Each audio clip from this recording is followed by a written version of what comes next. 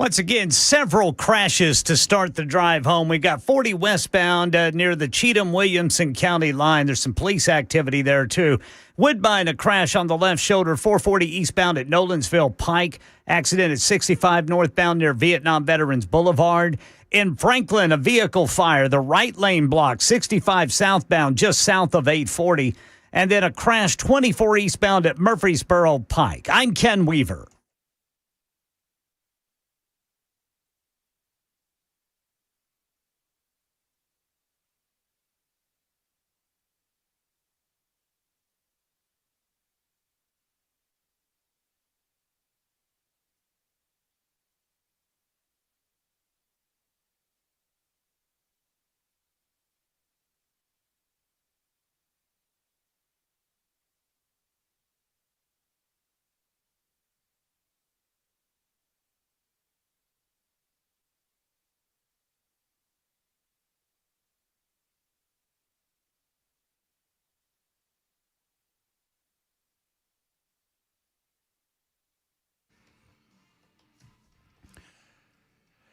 Hello, friends. Welcome in. It is the Matt Murphy Radio Show underway for another day. Happy to have you with us on Super Talk 99.7 WTN. What's going on, everybody? It's 7 minutes after 3 o'clock. What's happening? We've got about 4 hours to spend together. Settle in. Everybody grab yourself a snack and a soda. And let's get underway. I don't know. Yeah, I don't know what's going on. Everything was nice and loud, and then everything got all quiet. And I don't know what's going on, Jackson, but, we'll figure it out over the course of the next 4 hours. Surely we'll be able to do that. Thank you for being with us on this Thursday edition, September 18, 2025. It is episode 887 of our gatherings together, and we're on a lot of different platforms, and I like to remind you of those platforms on a daily basis when we get things going. And, occasionally during the middle of the show, we'll remind you that if you get away from the radio, you can take us wherever you want to go by downloading an app. And you know what? You might have some of these apps already on your phone, like iHeart, Spotify, TuneIn.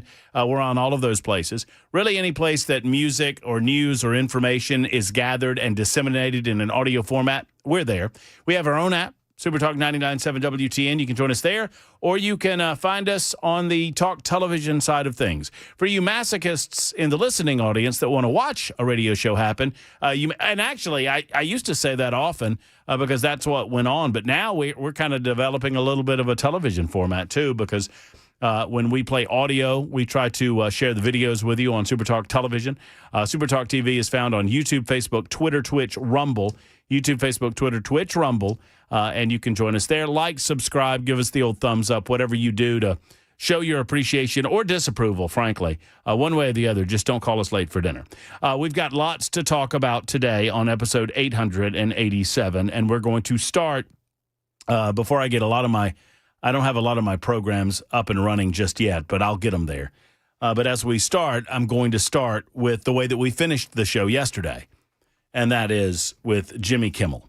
So what was it, about a little after 6 o'clock, Jack? Oh, I haven't introduced the players of the show. My bad. My name's Matt. Ken Weaver. The reason you really come here is behind the glass. He is in News Closet B. He gathers headlines for a living, delivers them twice an hour. He delivers headlines twice an hour.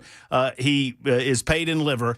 And we love him to death. His name's Ken Weaver. And if Jackson would be quiet, Ken gets to say hello. How about you boys? Ken, what kind of livers do they pay you in? Human or I was about to say that it was like he gathers news for a living and delivers twice an hour.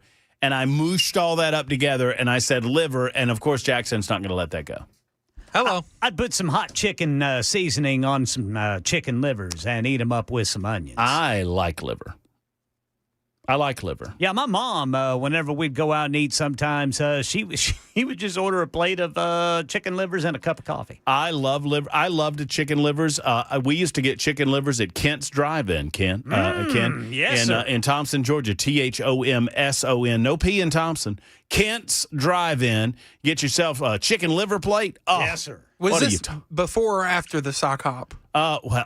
Normally it was before, Jackson, if you want to know the truth. Did it come with a whole bunch of breading on it? Oh, yeah, breading on those chicken livers and a big old thing of coleslaw and some French fried potatoes.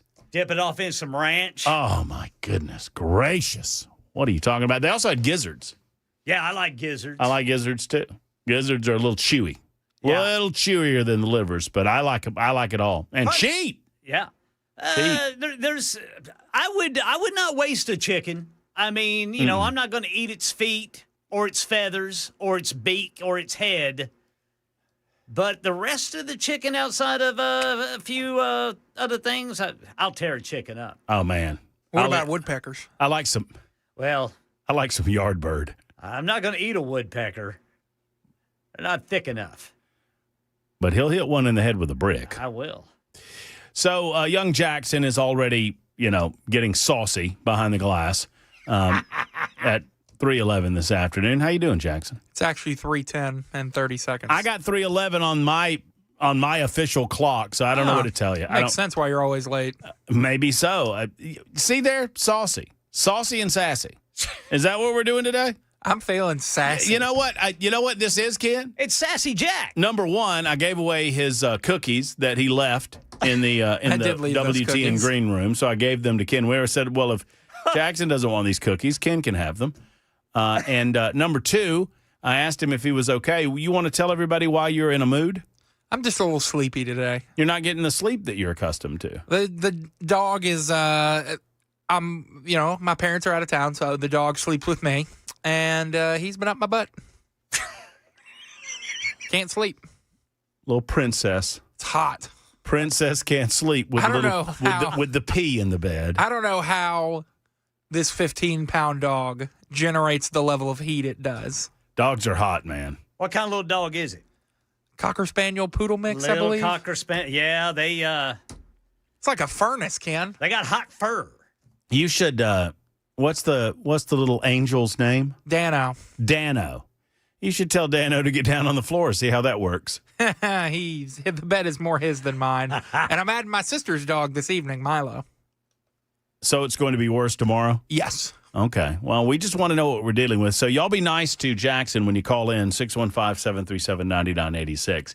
Me, got plenty of sleep. Got a nice bill of health earlier today on the old shoulder. Way to go, Brother Murphy. So I went to PT. By the way, Ken and Jackson and everyone else, I'm very excited to announce to you that not tomorrow, but next Friday at 3:30 in the p.m. on this radio show, in these radio studios, Abigail the Abuser will be making an appearance live and in person, my physical therapist. All right. Yeah, so y'all can ask her all the questions you want about what a whiny baby I am during physical therapy and how much I've whined and moaned and complained when she's grabbing on my arm and wrenching it in different locations. But she will be here next Friday to make an appearance on the show. I begged of her to come on the show, and she said she would, because a lot of people are apparently They don't believe she exists? Well, some don't believe she exists, but a lot of people are apparently going to her place of work and saying, who's Abigail the Abuser? Matt Murphy talks about you on the radio. He says you're rough. That kind of thing. Well, she hurts people for a living, but it's a good thing. It's a good hurt. So that's coming up next Friday. I'm kind of in a mood, I'll admit it, because I've been accused of wearing my Hey Dudes too much. I got accused of wearing my Hey Dudes too much, and I've been accused of wearing this shirt too much. What are Hey Dudes? My shoes. Oh, These guys. They're my Pabst Blue Ribbon Hey Dudes. Frank Booth's favorite beer. I love Pabst Blue Ribbon. What's the time, Pabst Blue Ribbon? What's the time, Pabst Blue Ribbon? What's the time, Pabst Blue Ribbon? Pabst Blue Ribbon beer. Is that the commercial that ran before Fireside Chats? Yeah, that commercial ran before there were rules and regulations against drinking beer on TV. Right. You can't show drinking beer on television commercial, right? Or alcohol of any port. Yeah. You're aware because of the stupid Bud Light commercial. You didn't know before then, Jackson. I went to school. Jackson and I are going to fight today. I can already tell. I can tell. I'll come over to the other side of that glass. No, I went to physical therapy at 8:15 this morning. It's about an hour or so long. And then I left. And I go to get gas, and I'm listening to Chris Hand. And I get my gasoline at the old BJ's Wholesale. And then I run through the car wash. And as I'm going through the car wash, right before I go through the car wash, my phone rings. And it's my physical therapy place. And they say, hey, is this Matt? And I said, it is. and they said, hey, we tried to catch you as you were leaving. You have a doctor's appointment today. And I actually had a checkup appointment with my surgeon that I forgot about completely. So I had to go back and do that. But we're on schedule for those who care or are asking. We're on schedule, everybody. Do you throw a football yet? Well, I never really could throw a football with my left hand, Jackson. But yeah, to answer your question, I back in my day, I could sling a football a quarter mile. How long until you're golfing again? We hope another month or so, and we'll start swinging clubs. The left arm, it's a process. It's about a 6-month process, and I'm halfway there. Let's almost show 3 the months progress. in. How far can you raise that arm? I can raise it up, and it only hurts a little. Speaking of throwing footballs, remember Uncle Rico could throw a football over that mountain. That's right. That was the reference there, Ken. Back in my day, Yeah. I could throw a football a quarter mile. And they'd have won state had Coach put him. Oh, if he'd have just put me in, we'd have won state. Uncle Rico eating that steak. Just chowing down on that steak. He's coming out with a new movie. Napoleon Dynamite is. Really? Yeah, I forget what it is, but he was telling me about it the other day. Anyway, so we got lots to get into today. Thank you for being here with us. We appreciate you so much. And I forget what we were doing, so let's get right into it. Jimmy Kimmel. That's what we were doing. I just feel the need to clean some of this up for those of you in the back room. For those of you in the back that don't really get it, for those of you in Aniana, we like to say, a couple of things that are worthy of note. And you are welcome to disagree with me on any part of this. And I invite disagreement. As a matter of fact, disagreement goes to the front of the line. Are you aware of this rule, Jackson? Have I ever told you this rule since you've been the executive producer of the radio show? Soon to be erstwhile. Yeah. Disagreement goes to the front of the line. If someone says, I disagree with Matt on X, Y, or Z, you tell me that on the phone line in the description, and that person, boop, goes right to the front of the line. But don't try to cheat the system and tell Jackson you disagree with me just to jump the others, and then when you get on the line, agree with me because, immediate dismissal. Immediate dismissal. But if you disagree with me, you go to the front of the line because I think that's what America's all about, robust debate and a free exercise of your First Amendment rights. Speaking of, I'm learning that many liberals don't understand the First Amendment at all and don't understand the basic concept of free speech at all. For some reason, they think free speech is a free hall pass. You get to say anything and everything you want. And if you just say free speech, free speech, free speech, you get away with it. The First Amendment is a limiter on what government can or cannot do regarding your First Amendment rights. Now, the First Amendment of the Constitution, as I recall it, and this is off the top of my head, says that Congress shall make no law respecting an establishment of religion or prohibiting the free exercise thereof, or abridging the freedom of speech or of the press or of the right of the people peaceably to assemble and to petition the government for a redress of grievances. So Congress shall make no law abridging the freedom of speech. Jackson, are there laws abridging the freedom of speech? I'm assuming, yes. We talked about this There last are. week. We talked about this with Fry J. Look at you, Jackson Williams. That's the way to go, Brother Jackson. Old J. Willie, Y2J, listening to the radio show. That's good. I do on occasion. I catch bits and pieces. Well, you listen to Fry J. You don't listen to me. I do listen to Jay, yeah. I don't blame you. Yes. What are you talking about? Jackson Williams. That's what I'm talking about. So Congress shall make no law respecting an establishment of religion or prohibiting the free exercise thereof or abridging the freedom of speech or of the press or of the right of the people. So no doesn't necessarily mean no. And we in American society have created carve-outs for the no. In other words, what we do not pit rights against other rights, especially when the health and safety of other Americans might be in peril or danger. So your rights go so far as to where my rights begin, and if they begin butting up against one another, we have to make societal decisions about how we're going to treat that. In other words, when your right to free speech begins threatening my health and safety, that's when the government has a say about it. which is where the entire concept of you cannot shout fire in a crowded theater when there is no fire came to be. Most people don't put the last part on that statement. Have y'all noticed it? And it needs to be there. You cannot shout legally, you cannot shout fire in a crowded theater if there is no fire. You can do it legally if there's a fire. And you can do it if you want to do it anytime you want to do it.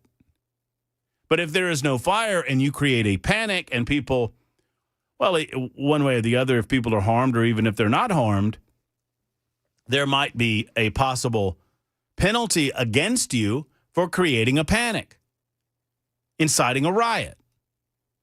But that's not even what we're talking about when it comes to Jimmy Kimmel and ABC.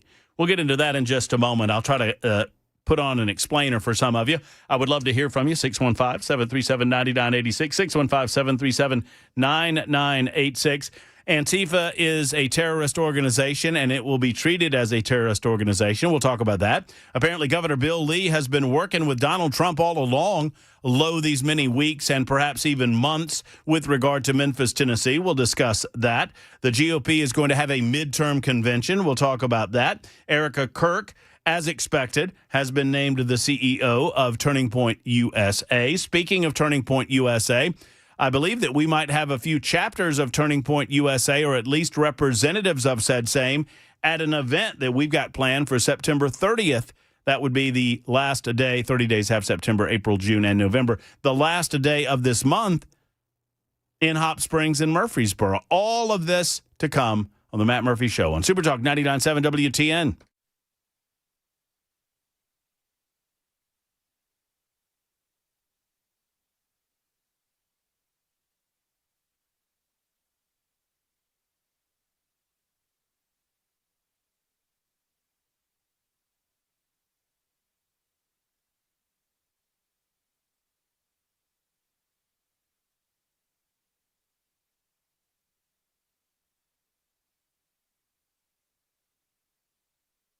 Hello, friends. It's Matt Murphy, and it's official. We are less than a week out before it becomes fall. Official fall. And with fall comes a telephone call that you need to make to Jeff Eddy and Efficient Heating and Cooling. And I encourage you to go ahead and make that call right now. Jeff Eddy is going to go through a busy season of maintenance when it comes to your heater, because obviously you don't want that nasty smell coming out of your heating vents when you first turn on the heater for the first time during the season. Plus, you need the peace of mind and the satisfaction knowing that Jeff Eddy and his team have gone over your heater tip to stern to make sure that everything's working as it should. This is peace of mind, and it's a maintenance guarantee. You'll never pay over $125 for any residential unit, no matter how many units you might have. Also, Jeff Eddy says this, that if they come out and maintenance your unit and they have to come out for any reason for the rest of the season, they'll waive the service call fee on that second visit. That's their commitment to you at Efficient Heating and Cooling. So it's a guarantee of sorts that your unit is going to run as it should throughout the course of the season. Jeff Eddy and Efficient Heating and Cooling. Go ahead and make the call and schedule that appointment today. Plus, if it's time, they're an Elite Pro partner with Rheem, and they can help replace that unit with something effective and efficient. EfficientHVAC.net or call 615-784-4424.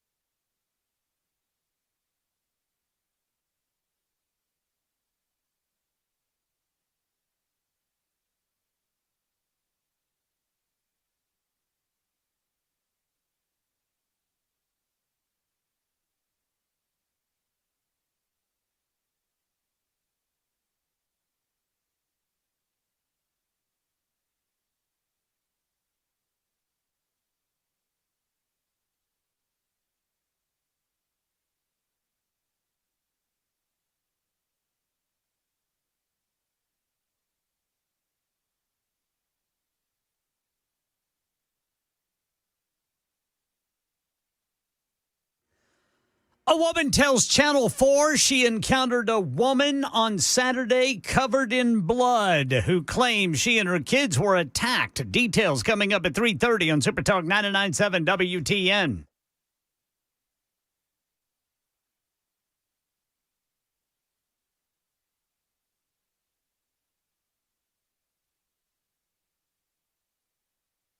Super Talk 99.7 WTN.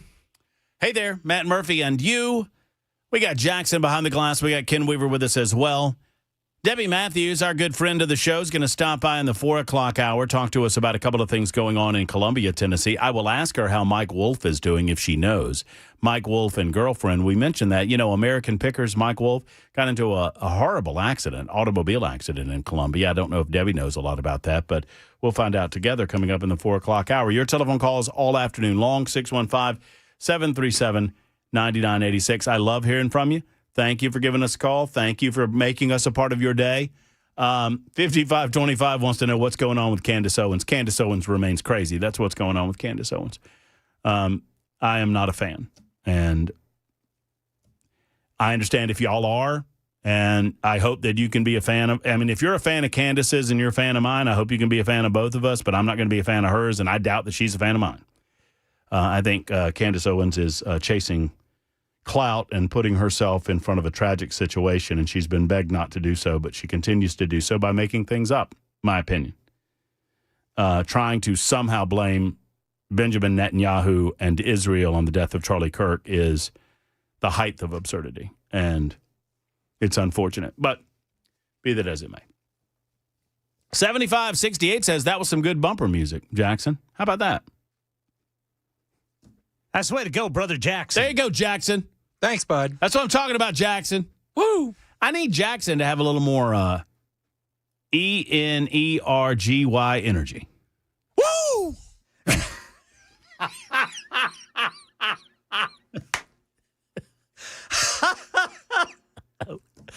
Thank you. That's all I needed. I'm not getting much sleep. I lost my favorite late night program yesterday. What's the name of the show today, by the way? Matt's plan to make late night TV great again. That's right. I'm auditioning for the ABC gig. I don't know that. I love how people are like, who are they going to replace that show with? Nobody. They're not doing anything with that show. They're not. It's not making any money. It's not making money, y'all. All right, so a couple of things on this thing, and then we'll get to your calls. Number one, Donald Trump / the United States government did not cancel Jimmy Kimmel. ABC canceled Jimmy Kimmel. That is called the free market at work.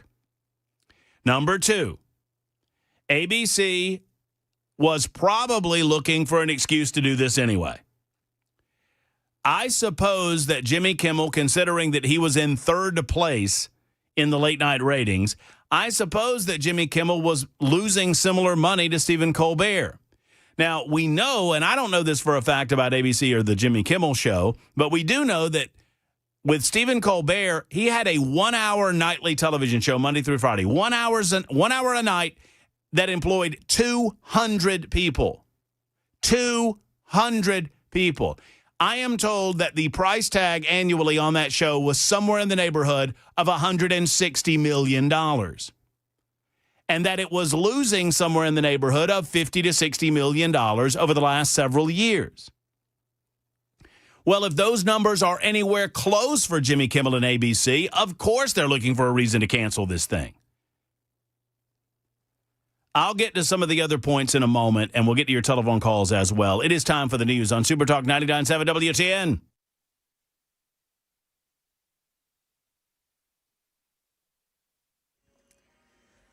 .30 on the dot. I'm Ken Weaver with your top stories. Got the full forecast and traffic in 5 minutes. And right now in Nashville, a woman who wants to remain anonymous is telling Channel 4 she encountered a woman on Saturday who was covered in blood who claimed she and her kids were attacked.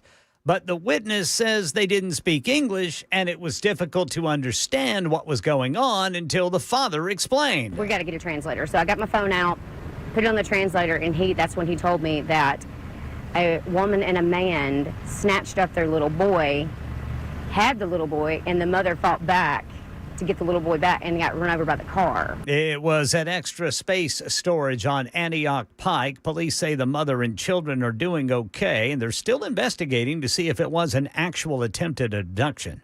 Charlie Kirk's widow has been announced as Turning Point USA's next CEO and chair.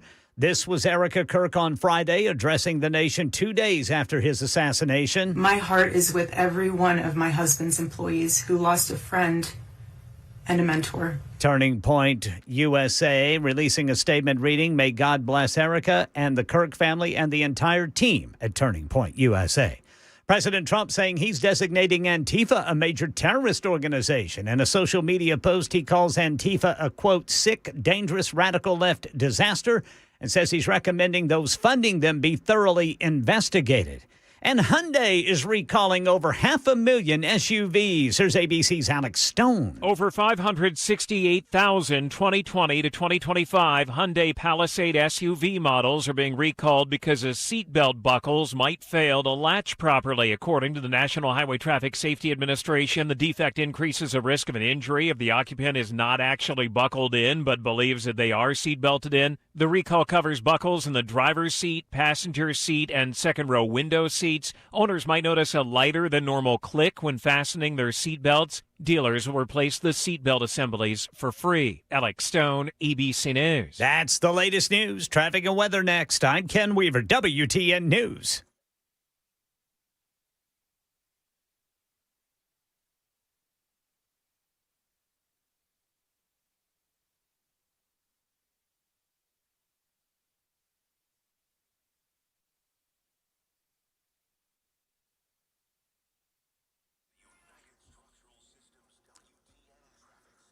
Glencliff, an accident blocking the right shoulder 24 eastbound at Briley Parkway South. In Woodbine, police say the left shoulder is blocked by a crash 440 eastbound at Nolensville Pike. And then in Williamson County, a vehicle fire blocking the right lane 65 southbound.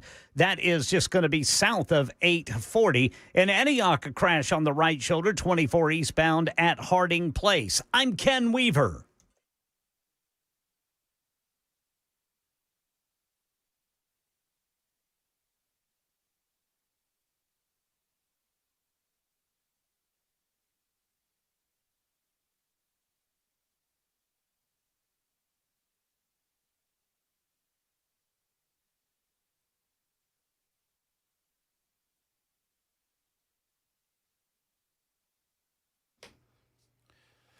All right, guys, you're losing your hair and you need a simple solution that works. You want the best modern technology with top-rated physicians, something that's guaranteed.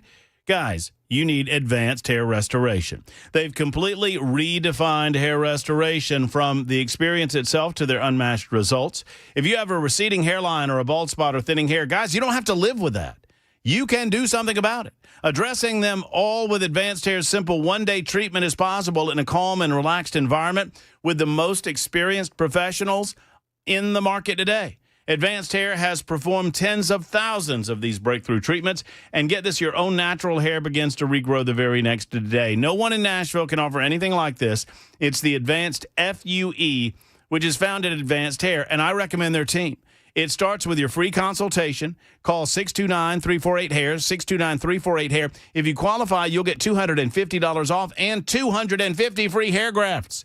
Redefine that hairline. Refine that hairline with a team that's redefining hair restoration. AdvancedHair.com. That's AdvancedHair.com.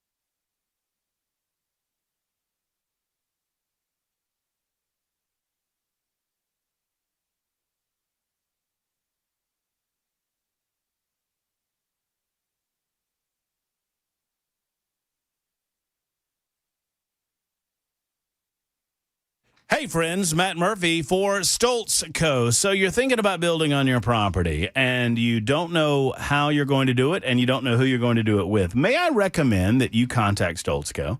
Sit down with the incredible team at Stoltz Co., and I think you'll recognize that this is something better and bigger than just some builders coming on your property and throwing something up, a barn of whatnot, or some sort of prefabricated building. This is incredible post-frame buildings with the highest quality customized structuring. I mean, this is first-class customer service all the way and first-class construction. Now, if you own property, you're looking to do something with your land, might I recommend a garage, an equestrian space, an event space, a pole barn, a barn dominium, whatever you're thinking about. Maybe you got for a lot of friends in town and you're looking for a guest space. Perhaps it's an in-law space that you're looking for, or you're building for yourself a huge barn dominium on property. You can get it done. A retirement home, you can get that done as well at Stoltz Co. Call today at 615-622-5992. 622-5992 or online at stoltzco.com. STOLTZCO.com. That's stoltzco.com.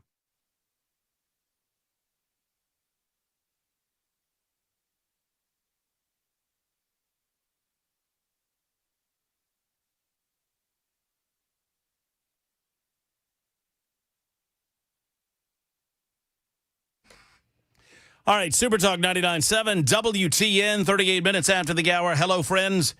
My name is Matt Murphy, and this is the Matt Murphy Radio Show. Pleased you've decided to join us today. So, going through some of this, and I'll get to your calls momentarily. I lost line one. I lost all of my calls. What happened there? 615-737-9986. I'll get right to you. So, despite what the political left wants you to believe, Donald Trump and the FCC did not demand that ABC do anything. That is according to Brendan Carr of the FCC. And frankly, I wish that the FCC had never said a word about any of this, because it gives the liberals a pass to lie about it, which is what they're doing. On hashtag Never CNN and on rest of the Alphabet Soup news networks, they're saying that Donald Trump did this. Donald Trump did not do this. ABC did this. Number two, I believe that ABC was probably looking for an excuse to do it anyway, because of the reasons that I delivered to you before the newscast, that I expect that Jimmy Kimmel's show was losing a tremendous amount of money. These same leftists that are crying in their Cheerios today about Jimmy Kimmel celebrated when others have been fired or canceled. Example, Tucker Carlson. Second example, Gina Carano. Third example, Roseanne Barr. Just three examples. They loved it. They called that getting your comeuppance. They called that, what did AOC call it? Being deplatformed. So, seems to me that you're being hypocritical based on the political position of the individuals involved when you celebrate when some people get canned, and you cry foul, you cry First Amendment when others get canned. By the way, I'm not profiling anybody. More on that in a moment. Number four, these so-called free speech advocates on the left seem a hell of a lot more concerned with Jimmy Kimmel getting fired over what they perceive as his free speech, more so than Charlie Kirk having his life taken from him because of his free speech. Do you follow? Charlie Kirk was engaging in free speech, and someone shot and killed him. And the political left seems more concerned with a multi-millionaire having his show canceled based on erroneous information that he reported on and refused to retract. Number five, I am not pro-firing anybody. I am pro-accountability for everybody. Do I lose any sleep over Jimmy Kimmel getting fired? No. Do I necessarily want it to happen? No. And by the way, I'm against any interference that the government might have with regard to these types of matters.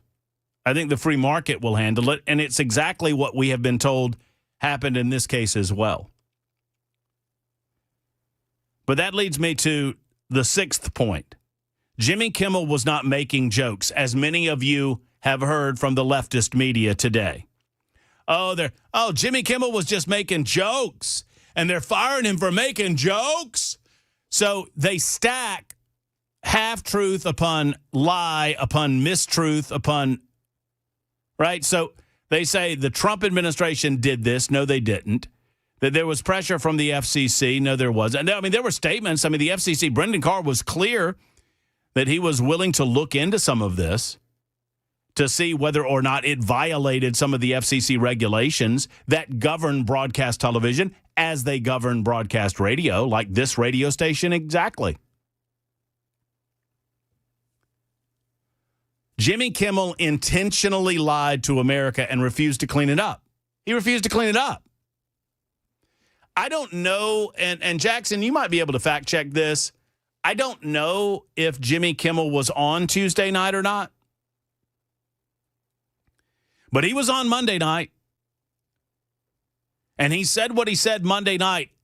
And all of us that knew the story knew it wasn't true. And I would suggest that Jimmy Kimmel knew it wasn't true and didn't care. These were scripted comments. And this was not a joke. It was a statement of fact. And it was, in fact, erroneous. And Jimmy Kimmel had, 36 hours to clean all of this up. He had the next night on television. He had the next day. Could have gone on social media. Could have hit the X machine, Facebook, Blue Sky, whatever the hell he uses. But he chose not to. He made that choice not to clean up what was an obvious, you can maybe call it a misstatement if you so desire, but it was a lie. So he had plenty of time to clean that up. Number 7. And this might be the most important point. Free speech, and I just have to say this for those that need to hear it yet again, free speech does not and never has meant that you have the right to keep your job if you express things contrary to the values of your employer, or things that will cost your employer more in market share / money than you are worth.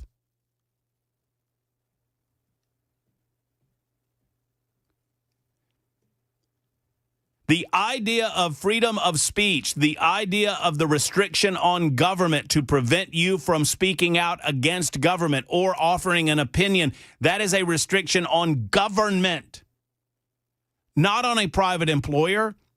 And ABC, I mean, all of these networks today are just basically calling ABC and Disney and all of those folks over there, those left of center DEI woke ass people, they're calling them liars. Do you understand? Think about that for a minute. How quickly the left is willing to eat their own. ABC, the Disney Corporation, that's left, baby. Those people are left of center. But they are also business people. And they had to be losing millions of dollars in order to make this decision. And it was a business decision, according to them. So the same media organization, Disney Company, ABC, etc., I guess ESPN is in that same group.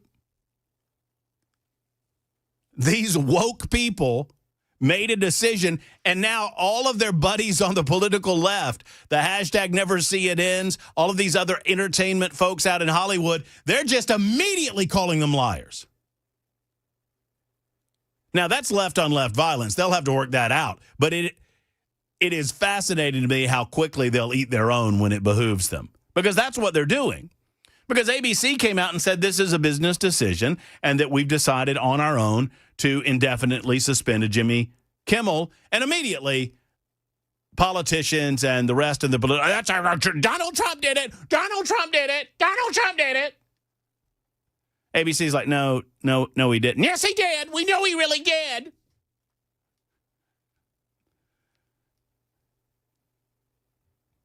And for the many, many lefties that listen to this radio show, suggesting that they're right and I'm wrong, and that the FCC secretly got to the affiliates like Sinclair Broadcasting or Nexstar and bent their arms in a fashion by which they made the decisions that they were going to make and ultimately led to the decision-making that the parent company ABC made about the suspension of Jimmy Kimmel. Now, you would have to believe that that arm of government moved in less than 24 hours to initiate all of this, which I say is an impossibility anyway. Now, according to these companies, all of them, Sinclair, Nexstar, ABC parent company, ESPN, all of that, none of that ever happened. But I'll say this to you.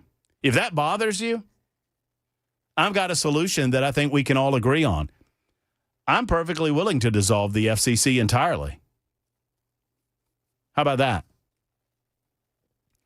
I don't believe outside of a few rules and regulations regarding public broadcast or regarding over-the-air broadcast that might need to be codified in law, I don't think the FCC is worth our time anymore. There are way too many places where we can get news and information, and the market of free ideas is as robust as it's ever been in the United States of America.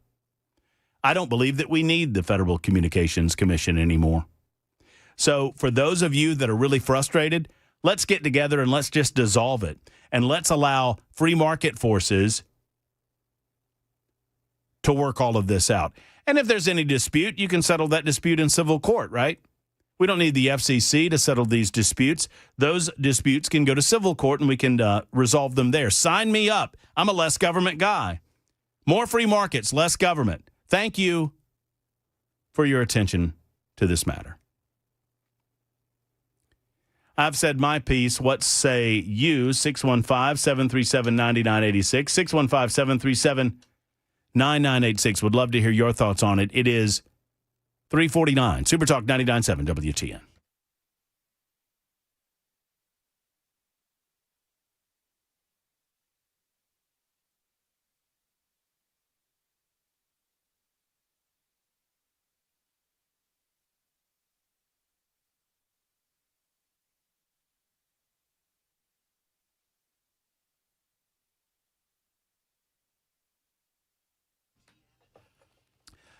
I love the people on my timeline right now. The first time I heard the F-bomb dropped on cable television, I thought the FCC was already gone. The FCC doesn't regulate cable television. More on that in a moment. Friends, I'll tell you this. If you're looking for a diamond, if you're thinking about saying those incredible words, I want you to marry me, will you be my wife, etc., then there's something awesome happening at Genesis Diamonds this weekend, starting tomorrow through Sunday. You've been hearing about this, and it's big. It's a 3-day designer engagement ring event showcasing the world's top 2 brands in bridal jewelry, Tacori and Verragio. Tacori from California, Verragio from New York, both in Nashville, Tennessee, with their entire lines, including new rings for this special event. You can explore hundreds of incredible American-made designer rings. Plus, Genesis will have special incentives, 0-interest financing, and up to $5,000 in instant savings for this event. In addition, Genesis has an expanded selection of GIA-certified diamonds for this special event, all shapes, all sizes, rock bottom prices. This is it, friends, the best of the best. So if you're thinking of popping the question later on this year or even next, you need to get to Genesis Diamonds and take advantage of this incredible bridal jewelry event of the year. Friday, Saturday, and Sunday at Genesis Diamonds in Green Hills, Genesis Diamonds in Cool Springs. Tell them Matt Murphy sent you to the one and only Genesis Diamonds.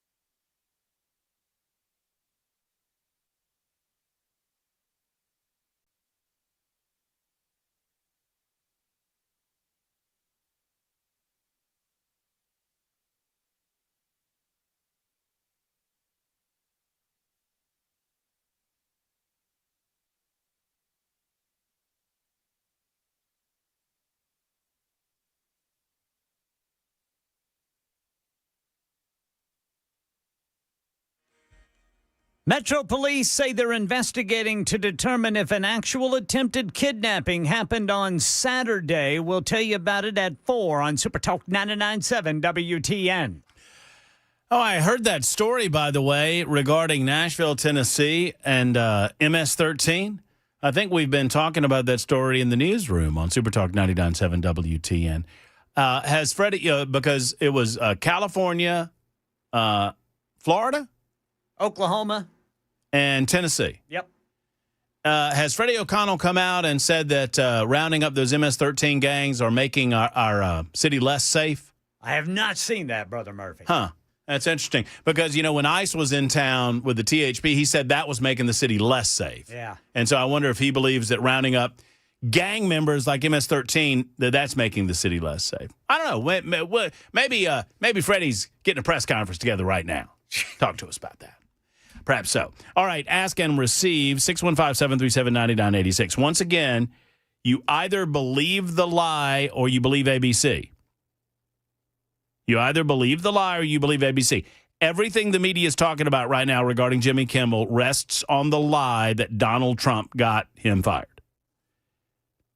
ABC says that didn't happen that way. Let's talk to Craig first up. Hey, Craig, how are you? Craig, I am well. I'm Craig. I am well, thank you. What if this got flipped around quite a bit, okay? Work with me here. Okay. Now, what happened with Charlie Kirk is sad. I mean, it's beyond sad. It's devastating. It's horrible, all those feelings. And what people are saying, is I am a liberal conservative. So with everybody expressing their First Amendment right and facing the consequences because, they might have cheered for the wrong outcome of Charlie Kirk. Okay. So let's say Russia's Putin, was delivering a speech. Bullet goes through his neck. People express cheer and joy, words of joy online. Jimmy Kimmel expresses it on his TV show, thank God the witch is dead or something like that. What do you think it would be equally fair to those people that have been fired if it was Putin? And okay, so you're saying if it was Vladimir Putin and Vladimir Putin got killed and that I publicly expressed my elation that Vladimir Putin got killed, and then my boss came to me and said, this is out of bounds, this is against our values, you're fired. But it's Putin. Yeah. Now, we all Hold on, Craig. I'm about to answer your question. Perfectly permissible. Perfectly legal. I'm sorry, I got some text while you were talking. What I'm saying, Craig, is if your employer made the decision based on something that you've put online publicly, it doesn't really matter what it's about. If they decide that you are not publicly representing the values of their business, then they can fire you. So it's not of who got assassinated necessarily. It's the words of expression of. Well, these cases are easier to identify based on the horrific nature of what happened and based on the gross, nasty, awful, horrific comments that are being made by ghouls on social media that think they have some sort of ability to say some of the most god-awful things in the world and not suffer the consequences of their words. No, I 100% agree with you. I was just, it was just in my head, and I was like, well, okay, so would the consequences be the same for all of these people that have been fired, big and small? Yeah, I mean, I could disagree and pick nits with the characterization that Charlie Kirk is comparable to Vladimir Putin, but I won't for the purposes of your example. Yes, private businesses are well within their right to fire their employees based on public comments that the employees make. If they do not believe that those words represent the values that they want to present as a company, and if they believe that it makes it more difficult for them to continue business as a company. Thank you, Craig, for the call. Back in a moment.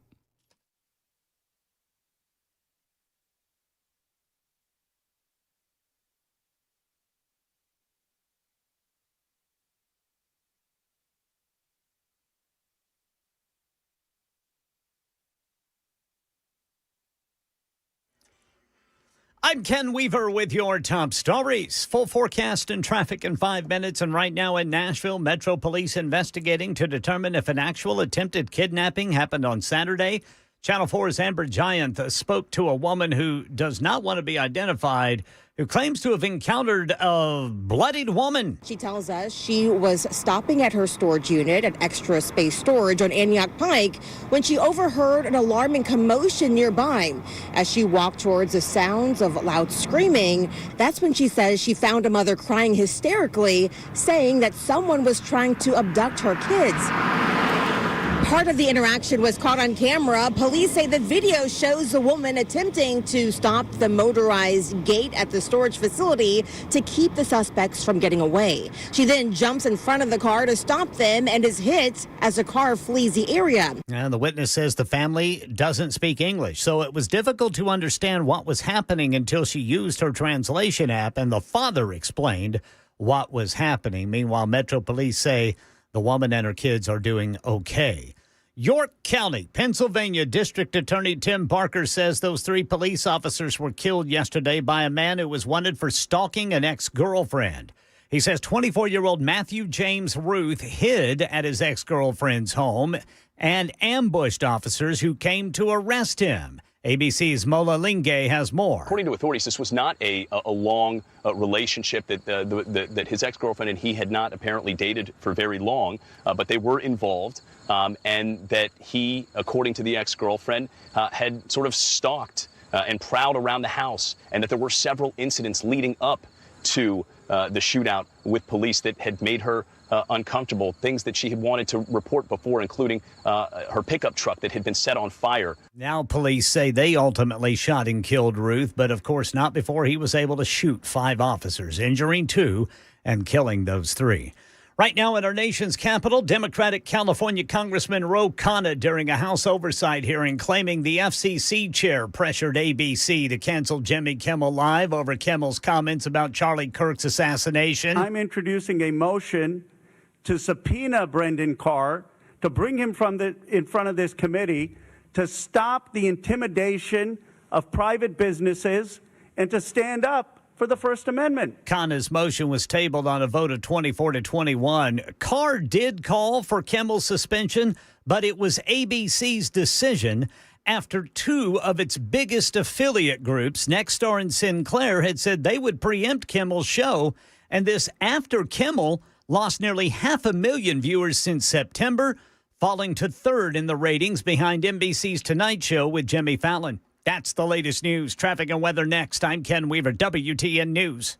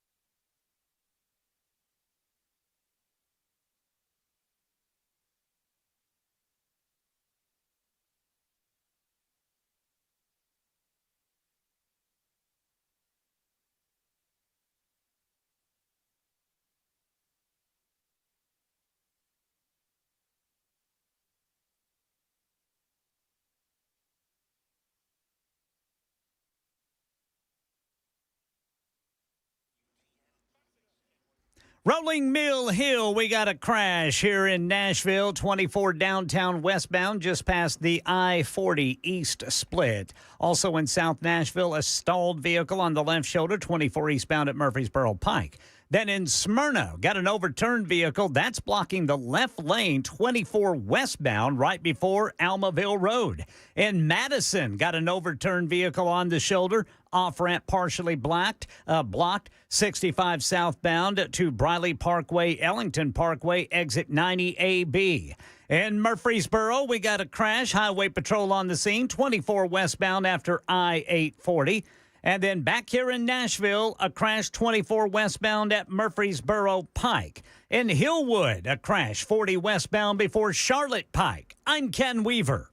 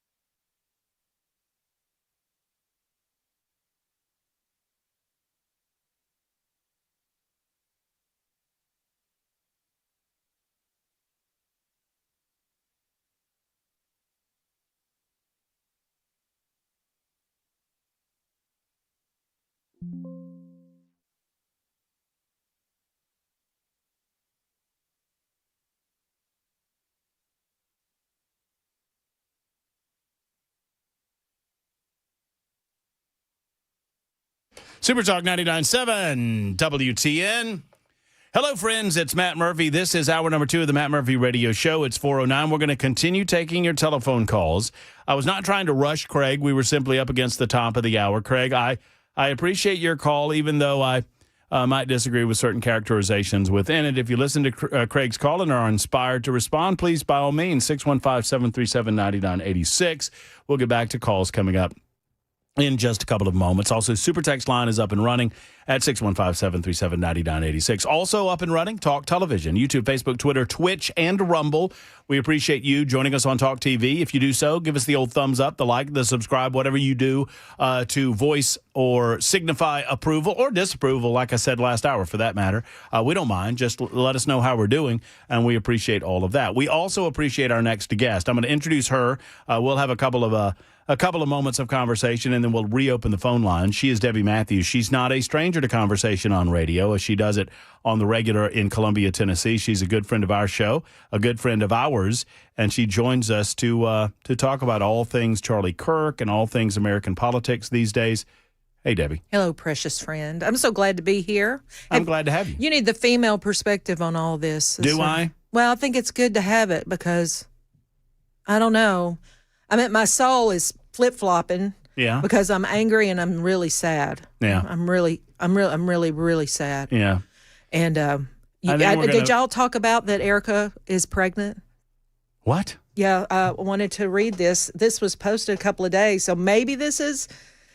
I have not heard this. Okay, she says, in a deeply emotional update just about 30 minutes ago, Erica Kirk, widow of the late Charlie Kirk, shared the bittersweet news that she's pregnant with her third child. Now, maybe I've got it wrong. I've not heard this from anywhere else. Okay. The announcement made amidst her this? profound grief.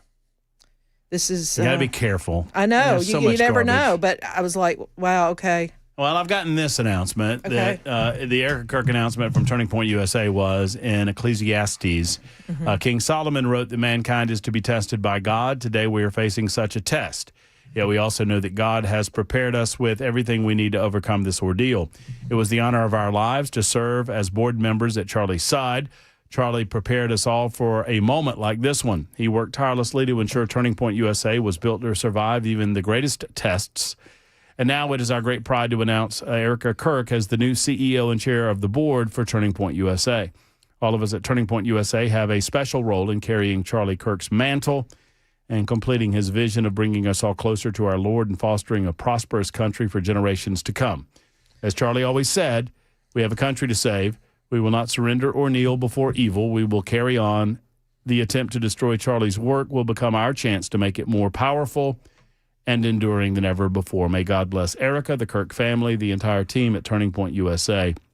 And that is from the board of Turning Point USA. So they obviously named Erica Kirk as the new CEO, which rightly so. Yeah, and I think she'll do a fantastic job. She does have small children. I mean, she has 2 children, and we'll try to sleuth out whether or not that's real. A friend of mine in Murray County, David Moore, said it best. He said, there's a part of me that just wants to tell her to go hide and get away from all this and try to just be a mom to her kids and not worry about all the stress. But she's going to be in the thick of it. I mean, it's next man up, as Steve Bannon says. It's like next man up. So this was almost like, the thing is during the election, the Trump team was every one of us. Every one of us. Everyone was active. Everybody was engaged. We knew our frontline guys, the people. We all supported them. I mean, but this they took out our lead pitcher.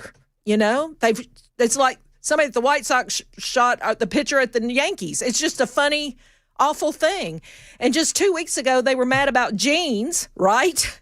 Today, they're mad about Kimmel, but they're not mad that someone got slaughtered in public. It's fascinating, the level of anger on the part of the political left today about Jimmy Kimmel. Yeah. And I, as I said in the opening monologue last hour, I did not see that level of, they're screaming Jimmy Kimmel free speech. Right. Well, they just shot one of ours in the neck. Exactly. Killed him deader than Elvis. Killed him dead because of his desire to openly speak, express his views, and to hear viewpoints from other people. He was like, come on. And your guy got canned by his boss for saying nasty things that he knew weren't true. So I think Kimmel, I read your post, and I agree with it wholeheartedly. It was not Trump firing Kimmel. It was ABC. And ABC probably, this is my opinion, but that a lot of USAID money was floating into these nighttime programs that has been eliminated. That's my opinion. This is why they got rid of what's his name, because Colbert was not.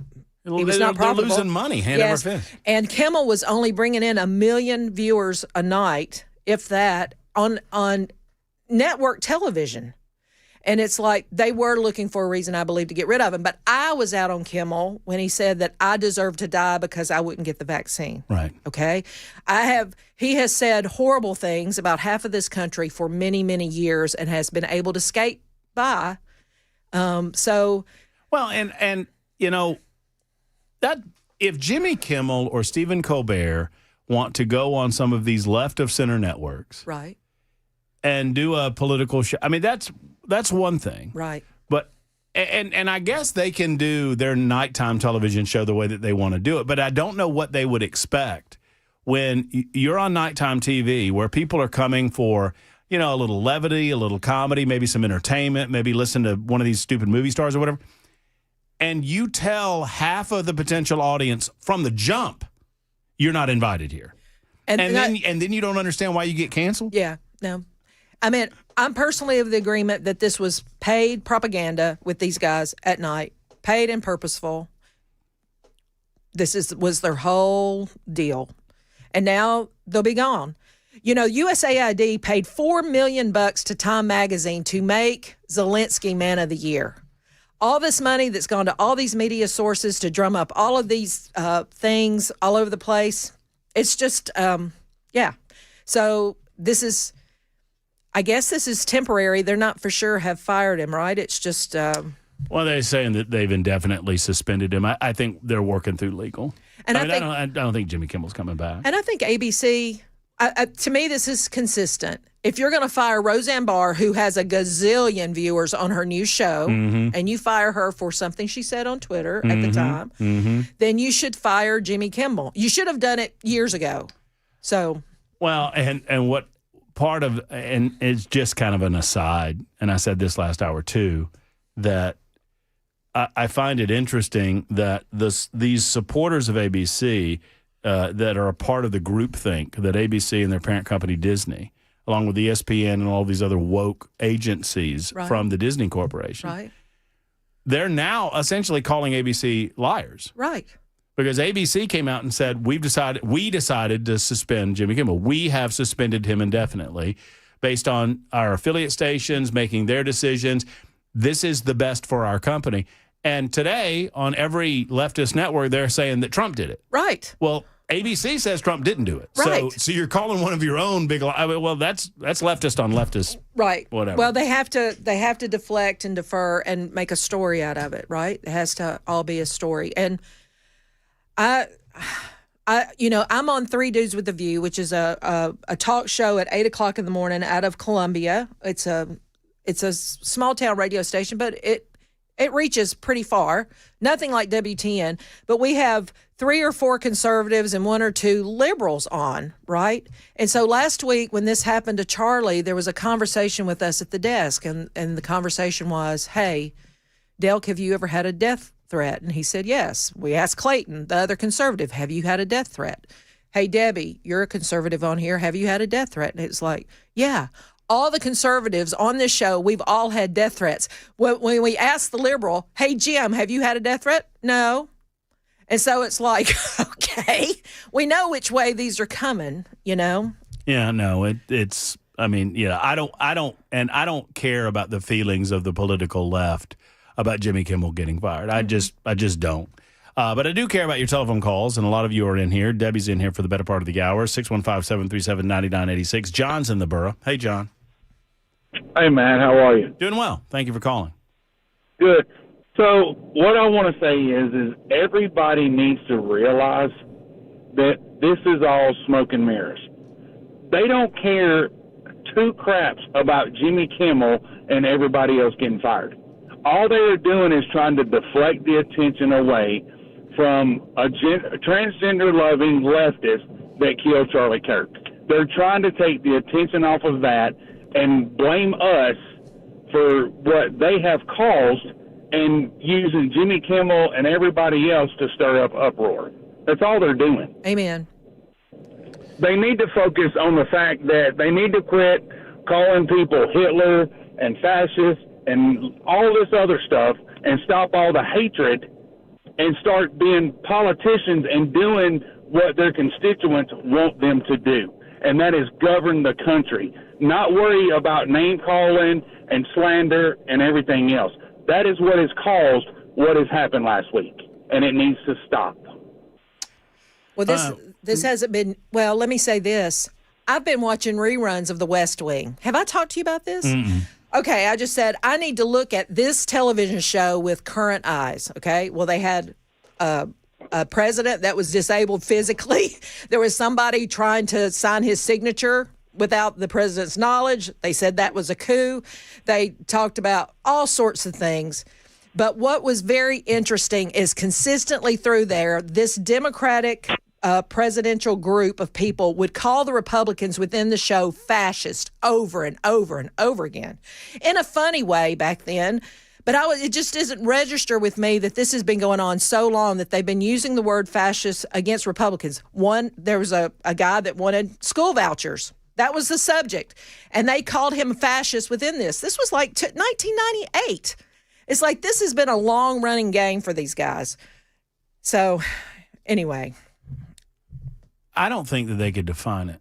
No, they don't know what it is. I've offered a challenge to my friends, quote unquote, on the political left that listen to the show, and I'm not here to argue with them. I just want you to tell me what you think a fascist is, and tell me how Charlie Kirk was a fascist. That's all. And I've yet to get anyone to respond to me. I've put it out on social media. I put it out on this radio show. They don't know what it is. Sadly, they have been brainwashed into believing that anyone that has a difference of opinion, a heartfelt, genuinely held difference of opinion than they on matters that are very emotional for them, must be a fascist. And they don't know what it means. There's this video of a guy that explains this, which was very interesting. He said the communists, Maoists, Marxists, whatever you want to call them, are anarchist. They want chaos. They want the removal of the family. They want everything in upheaval, no tradition, do away with history, etc. So you got this chaos over here. Well, the rest of the population is trying to recalibrate, even things out, bring structure and order back. And those are the people that you're calling fascist, okay? This is where we are. And it was so clear to me that, yes, I think conservatives and the Republicans are trying to recalibrate to be equal and structured, keep our families together, keep our history, our culture, safe streets, police, which is order and structure. The other side is all about chaos. It is all about destruction. And we are fighting, well, we're fighting against principalities, plural, and demons, plural. But we are, we're in the middle of who's going to win, the communist or people that are just trying to hang on to their country. This is where we are. And this, I mean, I don't know how much it's going to take to actually classify what I believe. I think we're in a soft war already. I think we're there. We've just tried not to admit it or call it by name. But this is, how many more of us have to get shot? I referred to it the day that we learned that Charlie was shot and killed. I said it feels like a national divorce. Yes. I mean, it feels like a divorce where, two parties not only do not believe they're going to be able to get back together, the two parties don't want to get back together anymore. That's right. And I feel like we're growing in our numbers of people that are accepting of that concept. Stephen, we'll get to you in a moment. Jeremiah, you too. Debbie's with us. It is the Matt Murphy Show, 23 after the hour. Super Talk 99.7 WTN.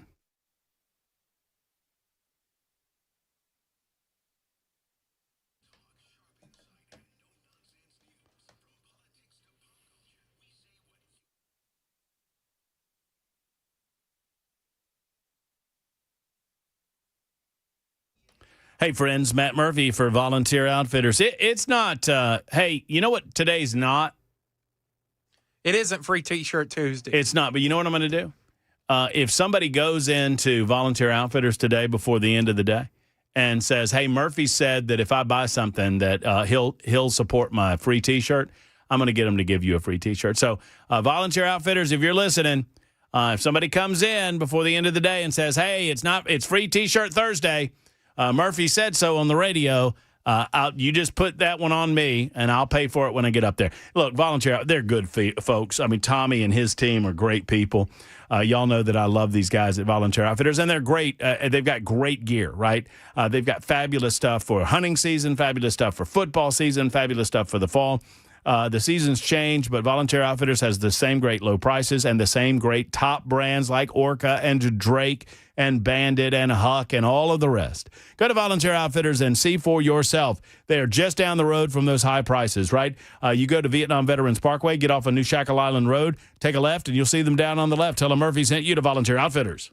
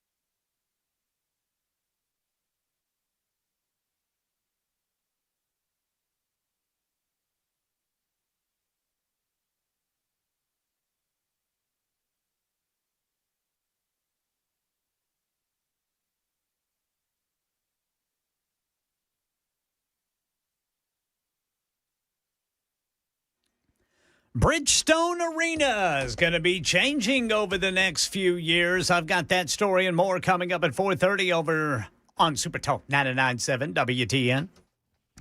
Yeah, Super Talk 99.7 WTN. Our good friend Debbie Matthews joining us in studio this hour. Coming up in just a little bit, we'll get into a story involving, and Debbie and I were just talking about it during the break, 3 officers dead in Pennsylvania, York County, Pennsylvania, 2 others injured in an ambush-style attack. We'll give you the details as we understand it on that story. And by the way, I just need to remind you, and I'm going to try to do more of this as we get closer to the date. I've been remiss in reminding you, we've had scheduled on our calendars for a while an event in Murfreesboro at Hop Springs. Have you ever been to old Hop Springs there, Jackson? I have not. Ask Ken Weaver what he thinks about good old Hop Springs. Ken, what do you think about Hop Springs? I like it. I like it too. Oh, man, they got something for everybody good. there. Oh, it's good. Great facility, great people, great brew, great food. All of it is good. And we're going to be there on September 30th. And what I'm told is, while we had scheduled, a get-together, just a Super Talk 99.7 WTN get-together, as we do from time to time, we're going to kind of turn this into not only a get-together, but also a remembrance of Charlie Kirk. It's my understanding that Chris Hand is working on getting some chapters of Turning Point USA there as well. So it's going to be a big event. Final day of the month, September 30th, happening at Hop Springs in Murfreesboro. So be on the lookout for that. I want to get to Stephen real quick. Stephen, good afternoon. Hello, Mr. Murphy. Hey. Just wanted to say I love your show. You got me into politics. Yeah. Oh, man, I'm glad to hear that. I love it too. On the light note, before I get to the serious question, the order of the best people on your show is Ken Weaver, Mr. Matt Murphy, and Headless Bell. Thank you, sir. Checks in the mail. How soon do you think, if at all, Civil War 2.0 will happen? Oh, boy, I don't. Not that I'm hoping for it. Do you think I don't know. I've never been in a war before, and I've never been in a civil war before, and I don't think it happens everywhere at once, but I don't know that it's going to happen in the fashion that people think of a traditional kinetic war. I feel like there is a national divorce going on in terms of what we feel like is the best interest in the direction of the country. And sadly, there's a considerable percentage of people that want to move toward socialism. Yeah. And I hate that. I don't know if they think that, or they vote for that out of ignorance, or just because they're sheeple, or do they know what they're voting for and they just think that they're going to be on the right side of the power base that naturally comes from something like that? It's Stephen, I'm going to tell you what. I'm going to take it under advisement while Ken does the news, and I'm going to give you a better, more robust answer. You're very kind to Ken Weaver. You're very kind to Matt Murphy. You're not so kind to young Jackson Williams. Do you hear him? He said Headless Bell. You hear what he said there? Bring back Bell 2025. That's what Stephen's Bell, asking Bell. for. I love Bell. We love Jackson though. Yes, we do. Let's not hurt Jackson's feelings. He didn't get enough. Way to go, brother Jackson. He didn't get enough sleepy last night. Now his feelings have been. Now Stephen's talking about Bell. It's time for the news. It's time for the news on Super Talk 99.7 WTN.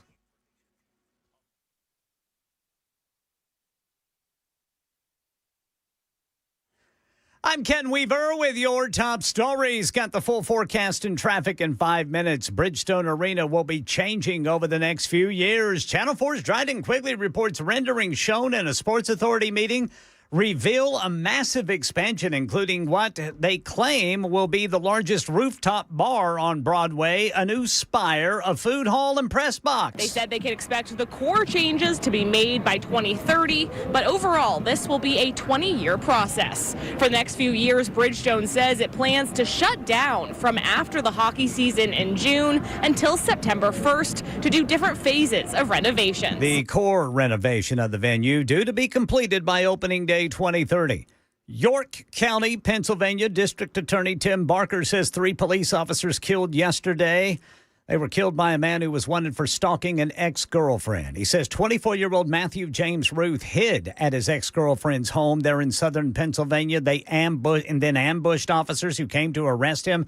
ABC's Mola Linge has more from. Now, police say they ultimately shot and killed Ruth, but of course, and not before he was able to shoot 5 officers, injuring 2, killing 3. Right now in our nation's capital, during a House oversight hearing, Democratic California Congressman Ro Khanna moved to subpoena FCC Chairman Brendan Carr. Brendan Carr pressured ABC to cancel Jimmy Kimmel, and Disney cancels Jimmy Kimmel. This canceling from an administration that lectured us about cancel culture. Well, that motion was tabled in a vote of 24 to 21. Carr did call for Kimmel's suspension, but it was ABC's decision after 2 of its biggest network affiliate groups, Nexstar and Sinclair, had said they would preempt Kimmel's show. And after Kimmel lost nearly 500,000 viewers since September, falling to 3rd in the ratings behind NBC's Tonight Show with Jimmy Fallon. That's the latest news. Weather's next. So is traffic. I'm Ken Weaver.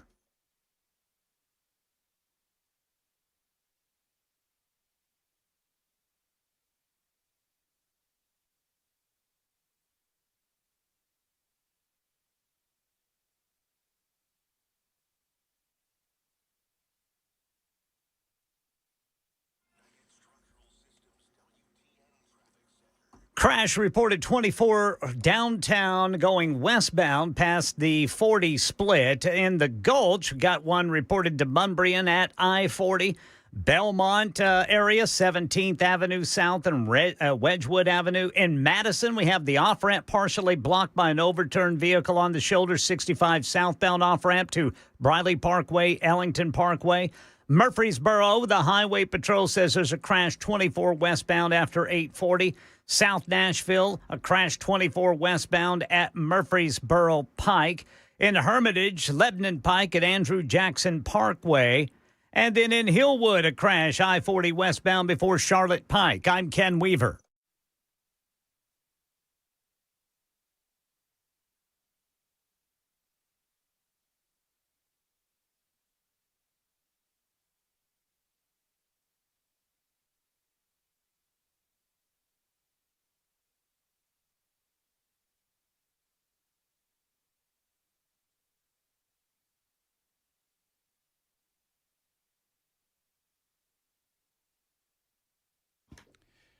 Hello, folks. Matt Murphy for Grace Point Healthcare. Affordable, convenient, comprehensive medicine in a direct pay format. Friends, a couple of things. Number one, you know exactly what you're paying at Grace Point. They tell you that right up front. And you pay Grace Point, and you can always file with your insurance company for reimbursement. This is the way that it ought to be, which is one of the reasons I love telling you about Grace Point. A couple of things. Number one, you know what the cost is up front, whether you're paying directly from your own pocket or you're going to go through your insurance company at a later time. Number two, they don't let insurance companies get in the way of their doctors in terms of decision making. So if the doctor says that they want to take a more holistic approach, they do that. If the doctor wants to go in any direction with your counsel and advice, they're going to do that without interference from insurance that won't or will pay or whatnot. They don't do it that way either. Plus, if you sign up for the basic Smart Care plan, which is $69 a month, you get unlimited office visits throughout the course of the year, plus basic labs and diagnostics, and you can pay for this through your HSA plan. Thank you to the big, beautiful bill. When it became the big, beautiful law, this became a reality. So I want you to get to Franklin and let Grace Point treat what ails you. 599-6868, 599-6868. Grace Point Healthcare, modern medicine delivered the old-fashioned way.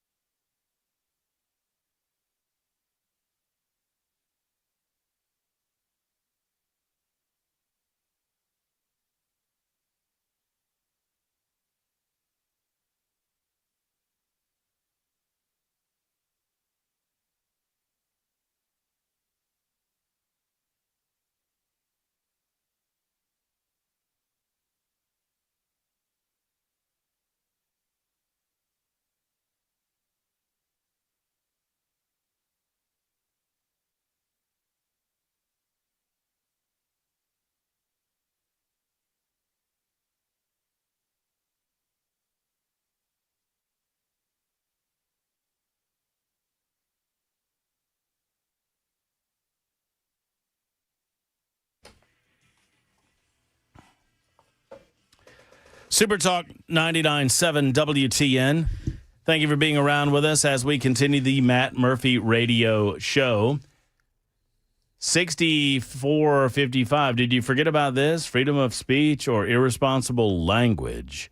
In January, Randy Weber, representative from Texas, called Barack Obama a socialist dictator and commandant-in-chief just before the State of the Union address.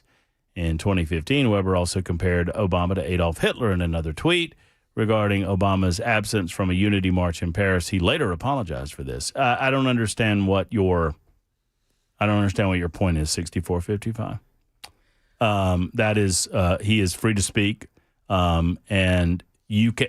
So you're asking me if it's freedom of speech or irresponsible. It can be both, right?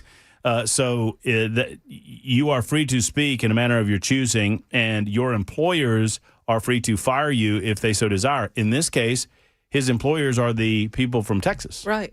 So, well, let's talk about this memorial stuff, okay? So my husband is from Eastern North Carolina, and he was accepted at Chapel Hill and all of that, but he ended up at ECU. And then there's a North Carolina Wilmington location. Mm-hmm. At every one of these, they have destroyed, women have destroyed these memorials for Charlie Kirk. Now, this is where I am. If we had painted over a George Floyd memorial, they would have been arrested. Mm-hmm. If it had been a pride flag in the middle of the street and someone, I think, did get arrested it because happened in Nashville. Yes. If they burned something through that on the concrete, they would have been arrested. So, but we have people kicking these memorials over, painting over them, and nobody's doing anything because we are law-abiding citizens and we're trying to hold our crap together as long as we can, right? Right. But after this thing with Charlie, and this is why I wanted to be here today, Matt, is that I love to hear the callers and just to have a conversation because we're all so sad and trying to put it together on what's next. Mm-hmm. I mean, we're still reeling from the softball team getting shot at. They could have taken out every Republican congressional person back then, and we went on over that like it was nothing. Yeah, and, that happened in 2017 in Alexandria, Virginia, and Gary Palmer, who was on the field that day and was shot at and was not hit, he said Scalise was planning on being late. And but he got there early. Something changed in his schedule, and that is God's provident hand protecting those people. Because Scalise was the only reason that there were Capitol Police officers because he was in leadership, right? So the only reason that there were Capitol Police officers there on site was because Scalise showed up. Right. Otherwise, those lawmakers would have been sitting ducks. Right. Thank God. I can see God's hands in every one of them. And that was what was that? A 2-day story. By the mainstream media? Yeah, absolutely. Well, and if you right now, conservatives are on X, they're on your show, we're watching the news. But if you ask your friends that are more Democratic leaning or whatever, ask them if they saw the girl's throat slit in Charlotte. The majority of them have not even seen that footage because the news media is not showing that. They're also not showing this guy's head cut off in Dallas, Texas by this illegal. It doesn't fit the narrative. Right. So the thing is that we are all over here seething because we have seen that, but half of this nation is not seeing any of this at all. And then you go, how do we unite? But after Charlie, I really go, I don't know if these people want to unite. They, Well, there is and I don't engage in the group think or the group talk. And so I try not to do what they do to us and lump everybody in the same boat. Right. I would say that there's way too large of a percentage of people on the political left that don't seem to have a sanctity of life. They don't value life in the way that I think you need to value life in order to talk about these things on the level that we try to talk about. My husband says if you can talk someone, if someone can be talked into killing a child in the womb, especially late term, you can talk them into anything. That's where it goes. But that's true. I want to say something about the police up there. Can I say something? I broke this on my show. Sure. I have a show called The Debbie Matthews Show, Spotify, Apple, Twitch, all those places. But I was looking at this Ruth guy that's on trial in Florida. And Ryan Ruth. I was looking up his name, and I thought, okay, Ryan Ruth. Hey, was that the same guy that shot up the church in Charleston? I just Googled to see if that was correct spelling. Of course, it was Ruth, not Ruth. Mm-hmm. But I found out that Jamie Kyle, the American sniper, was shot by a guy named Eddie Ray Ruth, R-O-U-T-H, which is an unusual name, right? Yeah. So today, the news is talking about who killed these people in Pennsylvania. And they said, Ruth. And I went, holy crap. It's spelled different, R-U-T-H. But there's a whole lot. I think there was another Ruth that did a West Virginia shooting years ago. You just are Googling. But there's something weird going on. There's something really weird going on with this name. I'm sorry if you've got that last name out there, but I'm like going, okay, this is funny. This is just funny to me. All right, let me get back to Jeremiah, who is next up. Debbie Matthews and Matt Murphy. Hey, Jeremiah, how are you?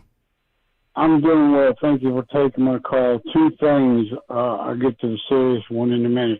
I think Jackson is one of the coolest people on the radio, and I got tickled when he broke out the yo-yos a couple of weeks ago, and I called in and requested a green one. You said you had one for me, but no one ever called me back to get my address so I could get my yo-yo and play with it like Jackson. Hold on a second. You're Jackson, slacking. come on, Jackson. I got the green yo-yo for him, and You hung up on him, and I don't have their numbers. Oh yeah, that's a lot of excuse making from behind the glass there, That's Jeremiah. okay. He's my buddy, man. Anyway, right.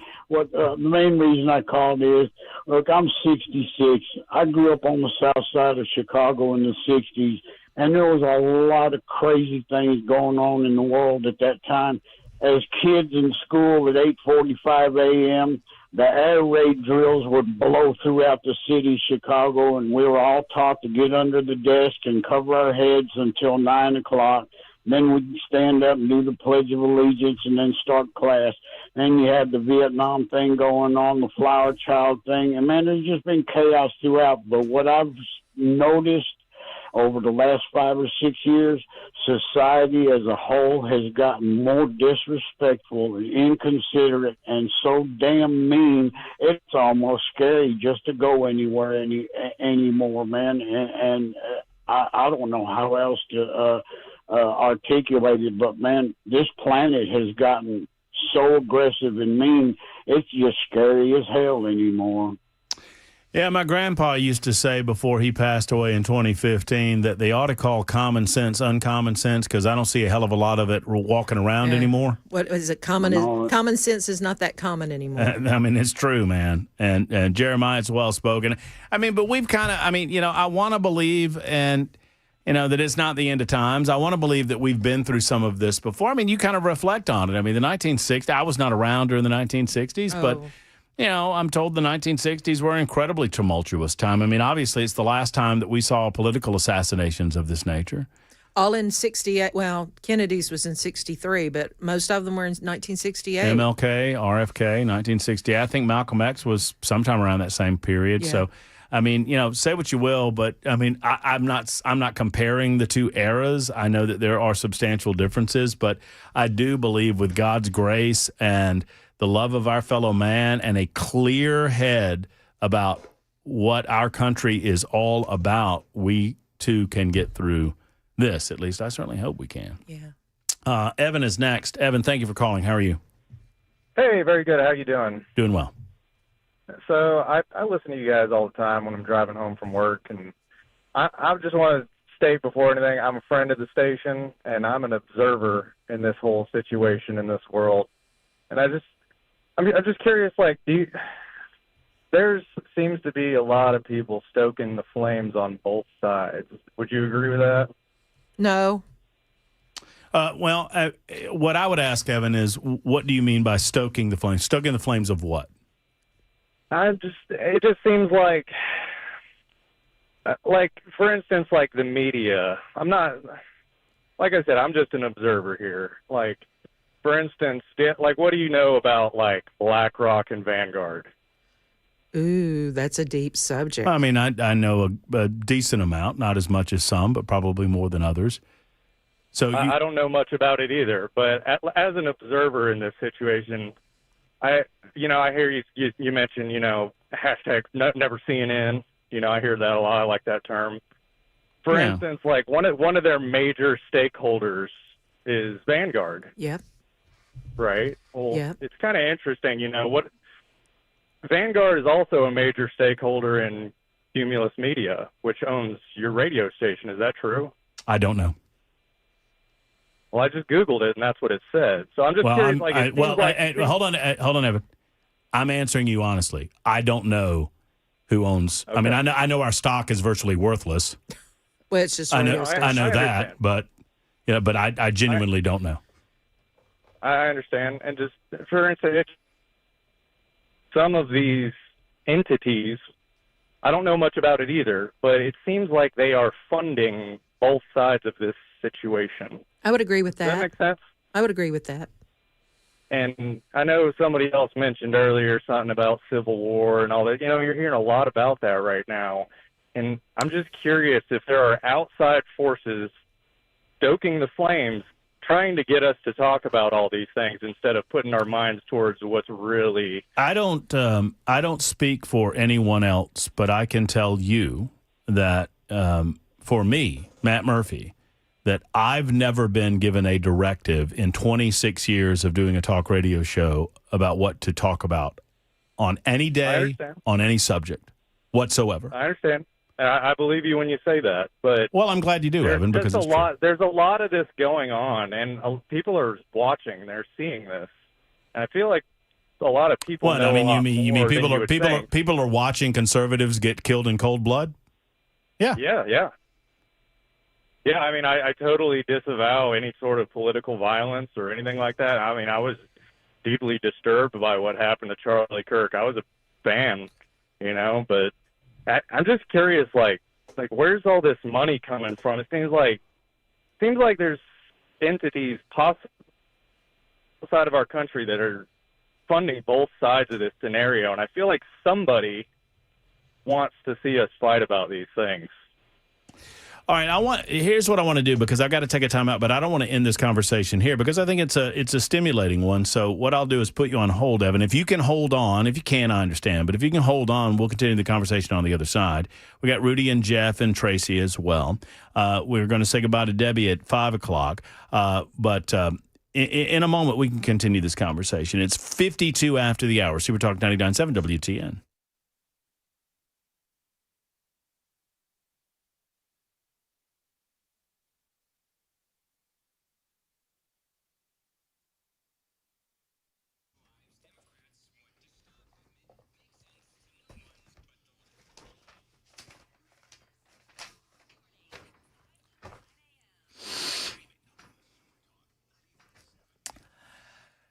I'm as excited as can be because look who is on the line. I talk about him all the time, and I love it when he calls me up. It's Mark from the Safe House. What is up, brother? Nothing much, Matt. Do you really love it when I call you? I do. I wish you'd do it more often. I don't know what to say about that. Well, you just tell me when to call, and I'll call you. Well, I love having breakfast with you, too, like we did the other week, because somebody else always pays. Mm-hmm. Well, yeah, we love Laura, so we'll shout out to Laura. Shout out to Laura. Sure. Well, I wanted you to call in and personally tell people what this big deal is regarding some of the rebates that we've got coming up on safes. I mean, this is, I know some people blah, blah, blah, sale, but this is, your biggest sale of the year, isn't it? Yeah, actually, I don't think I've had this big of a sale before. So, and with all the craziness going on in our country and Middle Tennessee and everything right now, securing weapons and items and what's important to you is very important, and we want to save people money so they can do that more easier. Yeah, so you got obviously you've got the best selection. I say the Southeast, I say America, I say the world, the universe. I mean, I've never seen a better selection of safes. I mean, you've got probably about 200 on the showroom. Somewhere along those lines? Yeah, 200 on display. And 221, I think, was this morning we had on display. And then in the warehouse, you got, hundreds more. And I mean, the bottom line is that you've got a safe for everybody if they just come down and start perusing about. And most of those, or a lot of those at least, got rebates going on, right? Well, they do. And Browning has double rebates up to $800 off a safe. So that's pretty significant. And of course, the sales tax free gun safes that we have here in Tennessee was almost 10% now. And I love it when everybody loves it when they hear Mark from the Safe House talking about the crackheads delivering the safes. I mean, we don't need that in our lives. And it's funny when you say it, but it's true that if you're allowing some randos in your house, that you're at risk, and you make sure. I mean, it's only certified crews that you work with on a daily basis that you utilize for safe delivery, right? Well, and I was listening to your nincompoops, if I say that word correctly, in the news, nincompoops. Well, there's some nincompoops that try to deliver safes, and you do not want, and I'm not trying to steal your word, but don't let a nincompoop deliver your safe. That's exactly right, brother. So we need people to get down to the Safe House showroom, peruse about. I mean, you can see it online. I mean, you can see some beautiful safes online, but I don't think you get a feel for the size and the fire rating and, the beauty on the inside. I mean, some of these things are absolutely gorgeous pieces of art, but if you're just looking for something utilitarian that's a smaller price point, you got something for every budget, in other words. Well, they can come down and check out the Matt Murphy Safe Special, which I'm not going to say. You're going to have to come in to see what this is, but it's something really spectacular. The Matt Murphy Safe Special. The Matt Murphy Safe Special. Oh, I'm coming down to see it because I want to be Salesman of the Year next year. I want to follow up Joe Biden and Kamala Harris. Well, come on down. We'll put your poster up. All right, brother. Listen, go to 4th Avenue South and see Mark and his team at Nashville Safe House, or go online at NashvilleSafeHouse.com. Mark, you know how much we love you. We appreciate you, and some great deals going on at Nashville Safe House for the what? How long is this going on? Through Saturday, and it's over. So come down before Saturday. Check out that Matt Murphy Safe Special. Get down there. Y'all need to go see Mark and his team. That's Mark from the Safe House.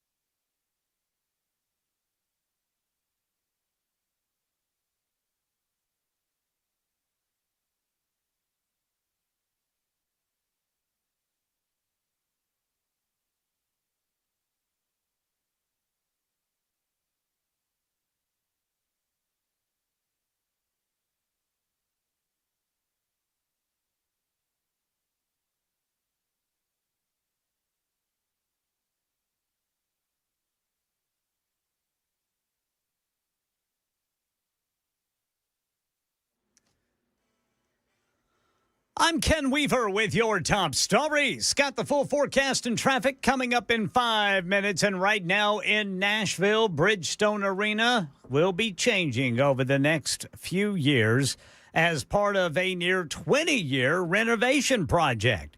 Channel 4 says plans are to shut down from after the hockey season in June until September 1st to do different phases of renovations. Everything that we're looking at now, the shininess, the new popping out through Broadway, the Mumrian, and then the core renovation of the venue will be done for opening day of 2030. Renderings shown in a Sports Authority meeting reveal a massive expansion, including what will be the largest rooftop bar on Broadway, a new spire, a food hall, and press box. And right now in our nation's capital, a motion to subpoena FCC Chair Brendan Carr, who was brought by Democratic Congressman Ro Khanna of California, claiming Carr pressured ABC to suspend Jimmy Kimmel Live indefinitely for Kimmel's comments about Charlie Kirk's assassination. Brendan Carr pressured ABC to cancel Jimmy Kimmel, and Disney cancels Jimmy Kimmel. This canceling from an administration that lectured us about cancel culture. Well, the motion was tabled. Kimmel said, quote, "The MAGA gang is desperately trying to characterize this kid who murdered Charlie Kirk as anything other than one of them and doing everything they can to score political points from it." On Monday night's show, before charging documents were released on Tuesday showing the killer is not MAGA and that the killer later allegedly wrote in a text, "I had enough of this Charlie Kirk hatred. Some hate can't be negotiated out." Now, Carr did call for Kimmel's suspension, but it was ABC's decision and came after two of its largest network affiliate groups, Nexstar and Sinclair, had said they would preempt Kimmel's show. And after Kimmel lost nearly 500,000 viewers since September, falling to third in the ratings behind NBC's Tonight Show with Jimmy Fallon. Turning Point USA today naming Charlie Kirk's widow, Erica, as its new CEO and chair just 7 days after his murder. Meanwhile, Homeland Security has designated Kirk's funeral in Arizona this Sunday as a Level 1 event. That's the same security designation that the Super Bowl gets. And an investigation is progressing into a popular singer known as David. Earlier this month, a decomposed body was found in the front trunk of a Tesla registered to him. His real name, David Burke. ABC's Alex Stone has the latest from L.A. The LAPD has now searched a Hollywood Hills home where sources tell us the singer David was living. Nearby was where his abandoned Tesla was found with human remains in the front trunk. Those remains have now been identified as belonging to 15-year-old Celeste Rivas, who had been reported missing over a year ago from Riverside County. The medical examiner has yet to be able to identify how Rivas died. LAPD sources telling ABC News that is critical to know to find out if it was murder or something else. They also want to know if David had a relationship with the missing teenager. Alex Stone, ABC News, Los Angeles. That's the latest news, traffic, and weather next. I'm Ken Weaver, WTN News.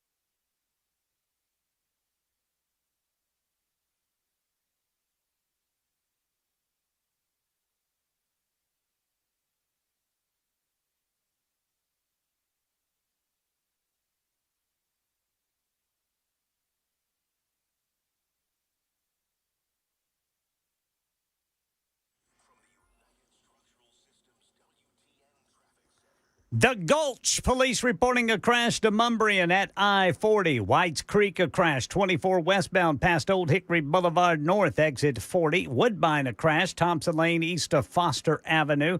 In Rutherford County, the Blackman area, a crash, left shoulder off ramp is blocked, 840 eastbound to go I-24. That's the latest traffic. I'm Ken Weaver.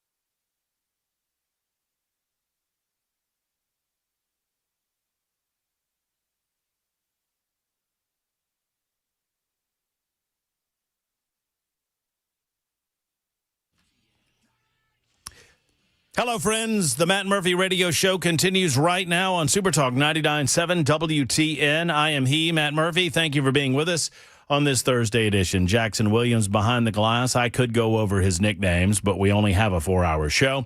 There's also Ken Weaver. He's behind the glass. That's behind the glass. He's in News Closet B, delivering headlines for us twice an hour and when news breaks. You on the phone, 615-737-9986, 615-737-9986. I promised I'd get back to the phones. Evan's still holding on in there. He was talking with us about BlackRock and Vanguard and some other matters. And I checked into this during the break, the lengthy break. My apologies for that. And I got some additional information about the percentages by which Cumulus is owned by Vanguard. So maybe some new news in that regard. Rudy and Jeff and Tracy will get to you as well. We're talking about Jimmy Kimmel. We're going to talk about the 7th Congressional District race. I want to know who you got. Early voting's already started, if you care. The new conspiracy theories are coming out about what happened in Odom, Utah at Utah Valley University. We'll discuss that. Erica Kirk has been, as expected, named as the CEO of Turning Point USA. Erica Kirk, there are no credible accounts that she's pregnant. I know Debbie saw something on Facebook before she left or some platform, and I just want to reassert that there's no confirmed information that Erica Kirk is pregnant. She does have 2 small children, obviously. Still waiting to have fascism defined for me by one of my friends on the political left and have it explained to me how Charlie Kirk fit that definition of fascist. But one way or the other, we'll continue the conversations. Evan was on the line. Evan, I have the percentage for you. I looked it up. I didn't know this. All right. Vanguard is a 3.74% owner of Cumulus Media. Okay. Good to know. I'm just curious, I'm just been looking into this more, and it seems like these massive investment firms, the money's trickling down both sides of the aisle. Does that make sense? Why would it be for Vanguard, which is one of the biggest investment companies on the face of the earth? BlackRock is another one. So my initial question will be, and I'm not against any possibilities, but why would it be in their best interest to upset the stability of the world economy? Because this nation is a safe haven for freedom and Christianity. And I have full-heartedly believe that there are people outside of this country that want to see that go away. So you think that there are that their interest is to use their power and influence to upset the freedom that we enjoy in the United States of America to create a more dystopian control. Yeah, dystopian world. Have you ever read 1984? Oh, of course. It's kind of lining up with our society, is it not? Yeah, I think you would have to have a lot more sheeple in the United States of America, but maybe that's perhaps what you're suggesting they're trying to create, if not exactly. in this decade. And it goes along with everything. It's everything. It's this, the degradation of our whole society, the music, just everything. Like, it's obvious that, like, our society's going downhill, and it seems like there's certain people that want to make that happen. Well, I mean, I understand the desire for us to believe that there's some sort of master controller. Well, there's no desire to believe that. I'm just an observer, and I can't ignore with my eyes. Oh, no. Don't get me. There's a lot of people that believe this. Don't get me wrong, Evan. I'm not accusing you of having that desire. I said I understand the desire, not yours. I understand the desire to believe that there's some sort of master controller considering all of the chaos that's going on around the world. I do not believe that. I do not believe that there are singular entities that are controlling all of it, music and internet and, you just follow the money. I've heard you say this before. If you want to figure out who's controlling things, follow the money. And I urge your listeners to go home and look into what some of these investment firms, that's just two examples, but like there are people that are funding both sides of the aisle in this country, and it just seems like it's just fishy. Like I don't have all the answers, but us as Americans, we do have a lot of questions. Like what are some of your questions? I just hit you with one that I had off the top of my head while I was listening. I'd have to I might call back another time, give you another question.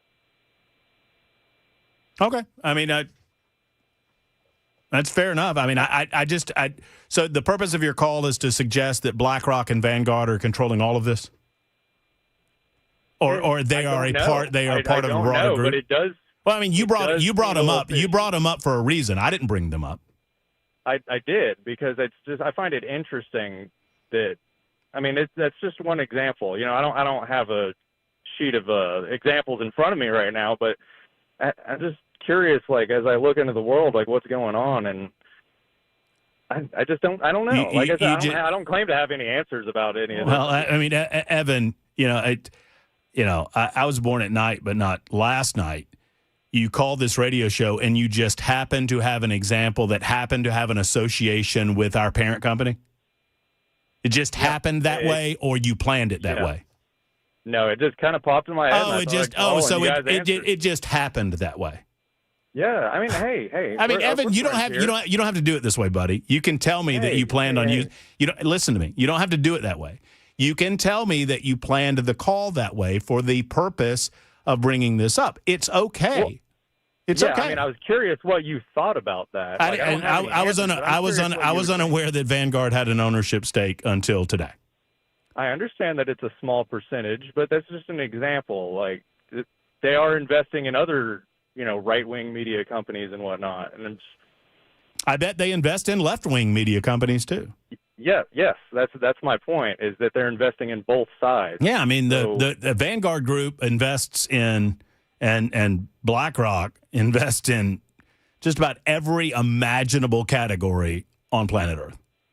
Right, so they have some level of control about just about every aspect of your life if you really look at it. Well, I mean, once again, if you want to go through life believing that you don't really have autonomy and freedom, then that's a way to do it, I guess. It's not that, and I'm not trying to be a victim, and I don't necessarily think that there's some people that are ruling the whole world, but do you think it's possible that they could be searching for that, or the ability to have more control over people? Because that is kind of where we're headed here. I learned a long, long time ago, Evan, and it was there were a couple of incredible prophets in my life in the 1980s.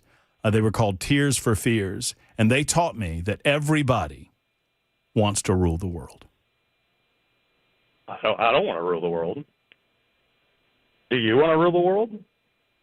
I mean, if you let me, I would do not want to rule the world in any way. It was a joke, Evan. No, I understand, but do you? Like, I think so. I'm trying to understand. That's why I have questions. All right. Any other questions that you have? Because I asked you that earlier. I appreciate you taking the time, and I just noticed that a lot of people don't talk about this type of stuff and where this money and this funding is coming from. Where do you think? I just find it interesting. Right. So where do you think all of this goes? I mean, you seem to believe that with money follows control. So the suggestion is that anything that has these. And you might be right. I'm not even suggesting that you aren't, but that with that level of investment comes the control that follows, so that those entities that are partially owned by these companies are controlled by them specifically? I mean, sure. I mean, I just think that, like, they do seem to invest in just about everything that has anything to do with your life at all, whether it's medicine, media, food, military, like they invest in everything. And it just seems like they are grasping for control over your life. And America is a safe haven for freedom and Christianity. Do you agree that there's people in the world that don't want that? Freedom and Christianity? Oh, of course. That's what I'm worried about. Are there people that are grasping for control of our lives? I don't know how you feel about it. I don't know how you feel about it, but I can assure you that no one will ever take away my freedom or Christianity. I'll die first. Well, that's good. I feel the same way. I'm glad I you do. like to hear that, but it's fishy. It's really fishy, and it seems like every day they're grasping for more control over our lives. And a lot of it is foreign interests. People that aren't from this country don't live in this country, but they are funding things. I don't know, and I'm not necessarily asking. I don't know how old you are, but I'm 52, and I've been doing what I do for 26 years. I started when I was 26 years old in Montgomery, and I've been having 12 years older than I am. And I've been having this conversation all of my adult life. All of my adult life, I've been having the conversation about global entities that are interested in taking over every aspect of control over our lives. Hey, man, Alex Jones was saying this stuff 20 years ago. I'm just telling you, I've been having that conversation. And so as powerful as they are and as rich as they are, they're not very good at it, apparently. Or maybe they are. I mean, maybe some people believe that we're on the brink. I think they are really good at it, and they're playing the long game.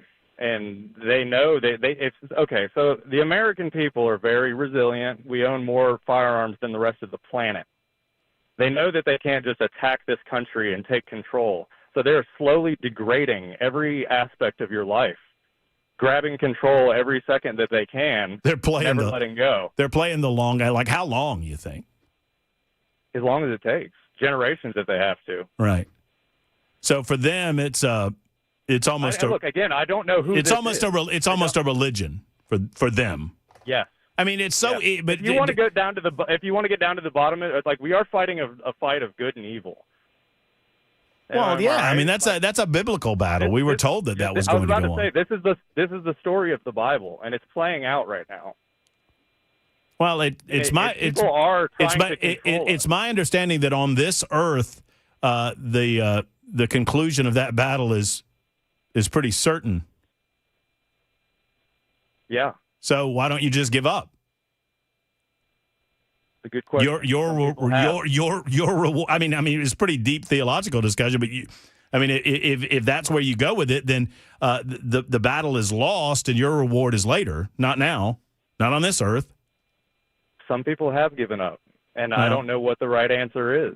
Well, I shall not. Like I said, hey, I'm just an observer here. I don't know what's going on. I got questions just like the rest of the American population, and I do not want somebody to.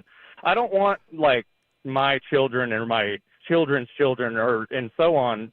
I don't want to die knowing that there's a possibility that my future generations could be enslaved. If it's biblical, well, I mean, the answer is in your Bible. If that's where you're going, I mean, the answer is. I mean. I think all of the answers are there for you. So I mean, and that's something that I struggle with every day. And it. I mean, you'd be silly to deny that some of these things, like it's scary and it is happening, and it does align with A, the Bible, and B, 1984 or any of these other things that have predicted this type of scenario, like. I'm just an American. I love America, and I'm a little concerned with what's going on here. And I'm 30 years old, and I remember 15 years ago, life was a lot different. Was it? Yeah, it was. Now we all got these computers in our pockets that Yeah, I mean, certainly. Everything we do, they look at everything. Everything. They're gathering information on every aspect of your life. Evan, one quick question before I have to let you go. Sure. Who's they? I don't know. I knew that. I knew the answer to that question. 23 after the hour. They never know. You never know who they is. They are it's the grand they. Once again, Evan, interesting conversation. Thank you for dialing us up. 23 after the hour on Super Talk.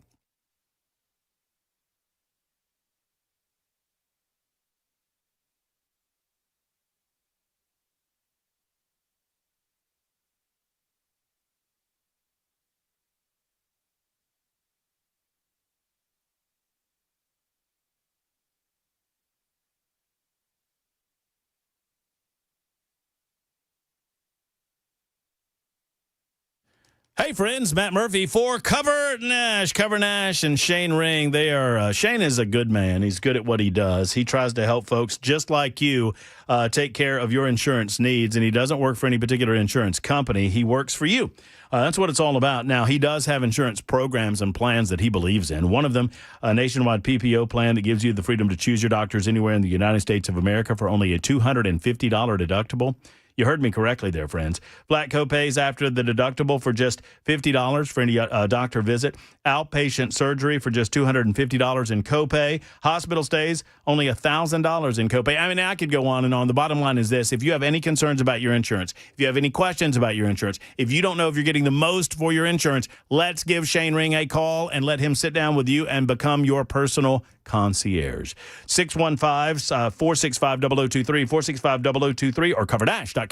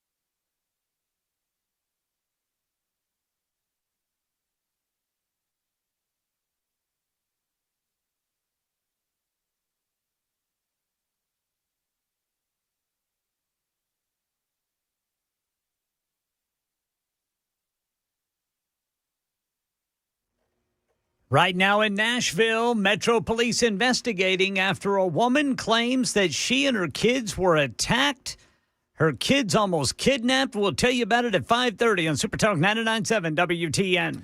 Super Talk 99.7 WTN. A lot of reaction to Evan's telephone call. I appreciate Evan. Gave Evan a lot of time. A lot of time on the phones, more than usual. He had probably, 15, maybe even 20 minutes. Too long. Of time. And several of you, why are you so condescending, Matt? Why are you so nasty, Matt? I don't know what you're talking about. I'm a contrarian. Here's what I would say. If Evan's right, then why are you even bothering with any of this? You've already lost. I mean, I truly don't understand why you would bother paying attention to any of it if we've already lost. Because they have won. They who we can't even name. Otherwise, you just keep your head down. You keep in the fight. You believe in your personal and individual freedom. You believe that you can push forward and try to continue those values that have made our country and, by extension, parts of the world so great. I'm not trying to be condescending to anybody. I've had that, y'all. I've had that conversation for 26 years. That the fix is in. They're going to win. They control you. They control this. They control everything. They control that. They control the other. They. And I'm not trying to bust his balls or anything else, man. I'm just trying to make America a better place. I just feel like that's a give up attitude. That's all. I mean, and maybe we should. Maybe we should give up. The fix is in. I mean, it makes it so easy if you have no control because they have all of it. Well, but see, you say you want to win. That's not the way to win, saying that they control everything. I mean, well, then you should divest. Well, anyway, I won't get into it anymore. I've had that caller a lot over my life. And if you think I was rude, so be it. Bonnie thinks I was rude. Hey, Bonnie. Yes, you were very rude to him at the end. What about, Bonnie, you think? When the very end, when you said, "Do you think you're at the end? You know, do you think there's like no end? You know?" And you were like basically answering it for him, and you were very shrewd to him, and you did give him a long time, and I just think you could be a little kinder, and he is right. What was he right about, in your opinion? Well, he's right, because we're all being freaking controlled by crap. And now that Donald Trump is in there, the Republican, which I voted for him, you can't hardly say nothing to nobody.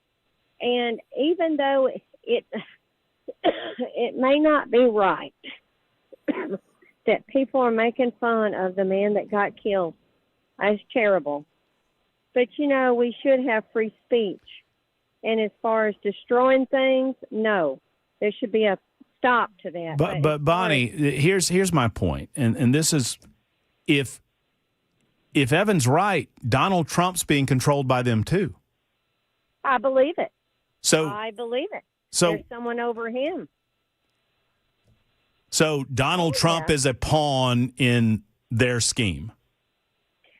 Well, NATO, I believe, is controlling everything. Who? That's why NATO, right? Oh, NATO. NATO. Okay. And okay. Look, I'm just telling you, I didn't mean, Bonnie. I admit that I get rude sometimes, and I'm sorry. Yeah, I mean, you need to back off, because you know what? If it wasn't for us, you wouldn't have a show. You're exactly right. You're 100% correct, Bonnie. There's no doubt about that. I could just keep going, but I'm not real educated, so I don't have these intelligent words to say. But with what he said, I totally agree, and I think the police are butts, they get out here and show their butt and demand you to do this and demand you to do that. And it's just, we just got a hot mess in America. It's just a mess. And Donald Trump's a part of it. Well, I mean, you don't have to just cut it off so quick. I mean, I voted for him. I did too. I'm just trying to figure out what we're talking about. You said he was right, the caller was right, and I was wrong, and I was rude. And I'm just trying to figure out what you felt like he was right about. You have to have some type of law and order. I understand that. But, Donald Trump did say that anybody that does stuff to the White House people or stuff like that they're going to be put to death. Okay, I got it. He is the chief. I understand that. I agree. But how about the black man that slashed the girl's neck on the train? The little girl that didn't have nothing. She's like me. She don't have nothing. I don't have nothing. There's been so much attention brought to this Charlie, whatever his last name is, and I do understand he was in the public eye. Yes, that draws more attention. But come on, let's talk about something else. Let's talk about that woman that almost had her kids kidnapped today in Nashville. Okay, well, I will, Miss Bonnie, I will talk about that next. But the rules dictate that I've got to get to the news. I'm in trouble because I haven't gotten to the news yet. Thank you. Well, thank you for the call. It's news time on Super Talk.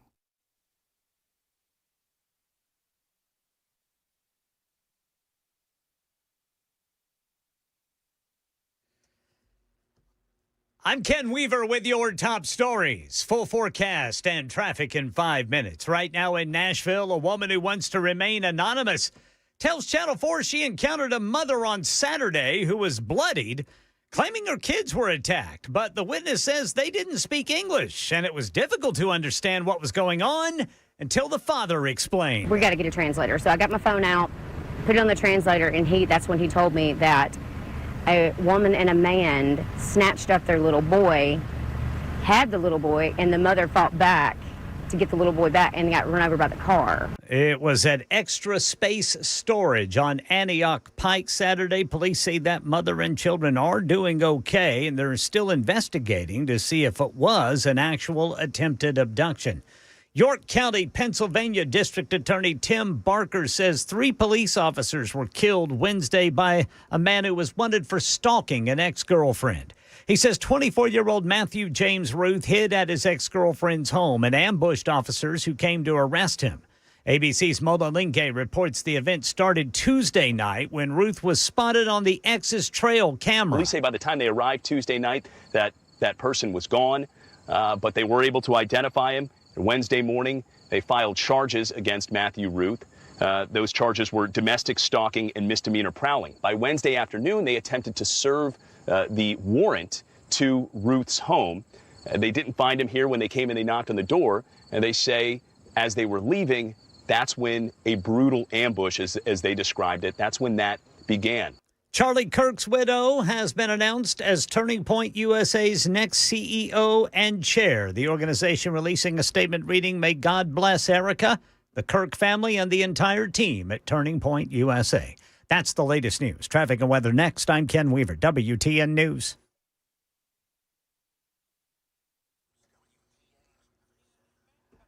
24 eastbound before Harding Place. We've got a crash reported by police. Also, Whites Creek, an accident. 24 westbound past Old Hickory Boulevard North. And at B&A, a crash. On-ramp partially blocked 40 westbound, on-ramp from Donaldson Pike. And in Laverne, an accident on the right shoulder, 24 eastbound at Waldron Road. I'm Ken Weaver.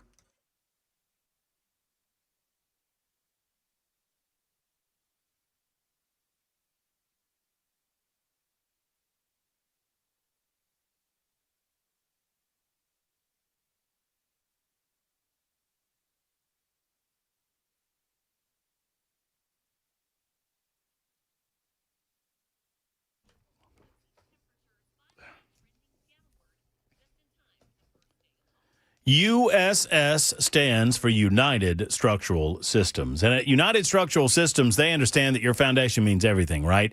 So that's what they handle. They handle foundation repair, waterproofing issues, and concrete leveling at USS. And they've been doing it the right way since 1994. Friends, if you've got any of these issues like door sticking, window sticking, a musty or moldy smell, maybe you've noticed in your basement that you've got those telltale mortar cracks that are happening. They call them stair step cracks in your mortar joints. You need to get that handled, folks, and you do so by calling USS, United Structural Systems. Homeowners simply trust USS. They've been keeping homes stable and dry since 1994 with over 30,000 satisfied customers. Serving Middle Tennessee, thank you, friends, at USS for serving the 30,000 residential customers that you've served as well as you have, and here's to 30,000 more. 615-488-7855, 615-488-7855, or USSTN.com.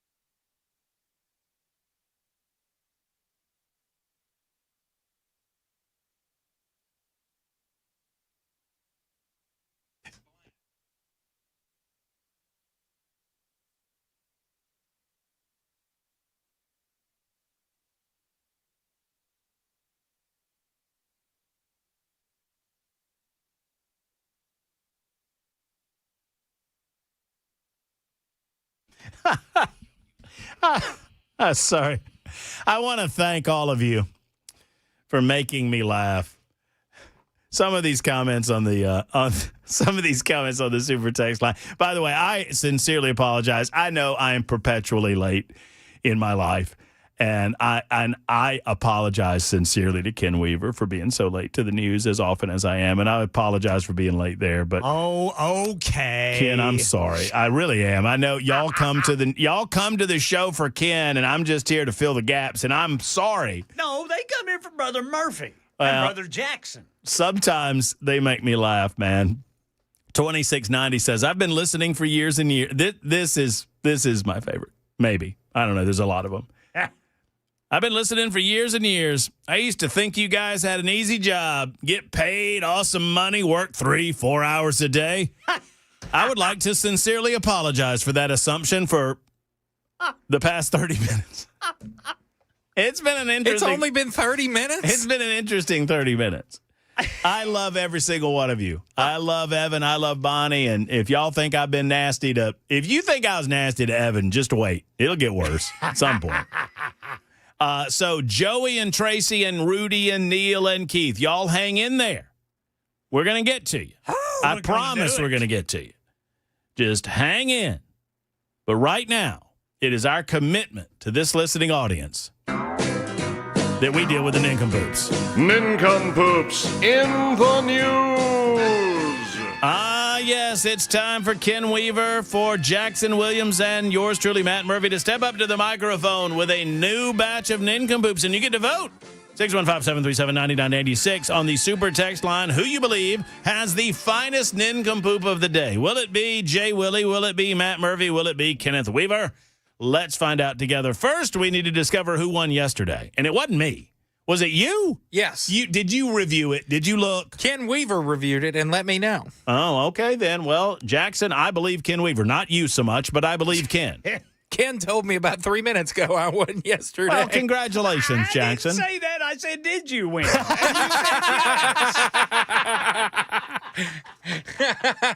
Did you win? Oh, yeah, I did, Ken. Yeah, sure. Whatever. You know what? Since none of us know, go ahead, Jackson. The floor is yours. All righty. DUI driver arrested after doing burnout to impress girls at red light in Bradenton, Florida. Look at me. The Bradenton Police Department said a man was arrested Sunday after he was caught doing a burnout to impress girls at a red light while driving under the influence. Where was that again? Bradenton? There we go. Bradenton, Florida. I think it's Bradenton. I think. I'm pretty sure. Who cares? Oh, now it's who cares. Are they listening? Maybe. Officers with the department's crime reduction team said they were patrolling 12th Street in downtown Bradenton, whatever you call it, when they heard a vehicle revving its engine. Soon after, police say they saw a silver pickup truck barreling southbound at high speed. The driver, identified as Juan Leon, swerved to avoid the officers and pedestrians. That was a good one. No, it's they, Matt. But was stopped at a red light at Manatee Avenue, the police department said. Manatee Avenue? That's when Mr. Leon opted to do a burnout. Bradenton Police, Bradenton, whatever, posted on Facebook. Leon reportedly told the officers he did a burnout to impress the ladies. Leon was arrested on several charges, including driving under the influence, reckless driving, and aggravated assault. Police said Leon also faces a criminal mischief charge due to the damage caused to the crosswalk. I don't know where the assault came in here, because I don't see an assault on this story. Yeah, maybe he almost ran over somebody. Maybe. 4549 believes that they were controlling the traffic in this situation, and obviously in Bradenton. No, they activated the mind control device. They have confirmed that they are listening in Bradenton, by the way. I don't know if that's true or not, but I've got it on the... Is it they? Yeah, them. What's this old boy's name again? Yeah, what's this fellow's name there, Jackson? Something Leon. Was it Carl Leon, did you say? Carl. Juan. Oh, yeah, Juan Leon. Juan Leon? Yep. The number one Leon in the Bradenton County Jail. He's number one. What'd you That's do pretty that? good. I was trying to impress the ladies. ladies. To impress them ladies. On Manatee Drive. Sea-Cow Drive. That's a good one, Jackson. I shall go next. An elderly woman has been sadly conned by an online scammer. Police say the victim was told that this scammer, this particular individual, needed money because this person was under attack. We've heard these stories 1,000 times, yes, men, sir. about how the elderly, in this case, an 80-year-old woman in Japan, was conned out of cash. She sent money to an online fraudster who told her that he was an astronaut stranded on a spaceship. I'm sorry, I couldn't get through it. And I'm not making this up. I don't often say that during Nincompoops, but I swear, this almost sounds made up. An 80-year-old woman sent money to an online fraudster who told her he was an astronaut stranded on a spaceship and needed cash to buy oxygen. The pair first met on social media in July in what police described as a romance scam. The scammer told the victim, who lives in Japan's northern Bradenton district, that's not the, but whatever. He was an astronaut, and they continued to develop their online relationship. The fraudster eventually told her that he was, quote, in space on a spaceship right now and was under attack and in need of oxygen. Police in the Providence in Japan said the victim, who lives alone, was persuaded to transfer about 1 million yen. That translates to 5,000 euro. I have no idea what it translates to in American money. One way or the other, officers believe the exchange was a part of a romance scam Fraudsters take advantage of people seeking love. They warn people to be suspicious if asked for money from someone that they met online. This just goes into the Brad Pitt file. There's been others, where Jennifer Aniston file. And now this poor 80-year-old woman was scammed into giving money to an individual that claimed to be an astronaut in space and needed cash to buy oxygen. Ken Weaver, you're nincompoop. All right. What is it about Florida, man? Here we go. This is Florida. Woman claiming to be President Trump's wife arrested at Mar-a-Lago for trespassing. Oh, no. A Palm Beach woman who identified herself as Christy Renee Trump and claims she recently married the president was arrested yesterday or on Tuesday after walking up to Mar-a-Lago's security gate despite a previous trespass warning barring her from the property. 49-year-old Christy Renee Kimbrell was taken into custody. She apparently approached the estate's gate on foot, told Secret Service agents that she was there to deliver a letter and meet with the president. They recognized her from previous incidents. Kimbrell previously attempted to enter Mar-a-Lago multiple times in May, including one occasion where she arrived via Uber and told security she was returning home at the president's request. Her behavior prompted a written trespass warning issued on May 16th. Mar-a-Lago has been designated a federal security zone since July following Trump's inauguration, July 2024. The perimeter is monitored by the U.S. Secret Service, Palm Beach County, Florida Sheriff's Office, and local law enforcement with barricades and signage clearly marking restricted areas. But she's his wife. That's Christy Renee Trump. That's right. She said. How are they going to lock the president's wife out of Mar-a-Lago? That's awful. She's got privilege. Here's the thing. I like how she walked up. Secret Service was just sitting there saying, Sitting there. Here we go. Sipping a cup of coffee. Here she comes. Oh, boy. Hey, he told me to come home. Oh, did he now? Yes, ma'am. That's what she said the first time. All right. Okie dokie. I need you to come home, Christy. We got tired of you running around. Melania went to bed. Time to get busy. What are we doing here? I don't know, man. What are we doing here? Jackson, what are we doing here? That's how we play Nincompoops in the News. Super Talk 99.7 WTN. You can vote for Ken Weaver. You can vote for Jackson Williams unless he doesn't play the music. Oh, there we go.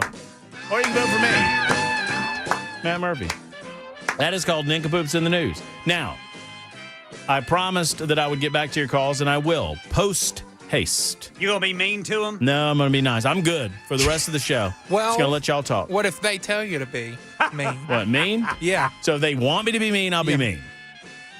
If they request meanness, I will provide meanness. Who is they in this situation? They, them, all of them. BlackRock and Vanguard and the whole bit. What about Cracker Barrel? Oh, they're in on it. You know they're in on it. Come on. By the way, all of that. Oh, they're shining it up now. It's a front. It's a front. Y'all know it is. Oh, now I'm bleeding. 10 until the top. I spill blood for you folks. Super Talk 99.7 WTN.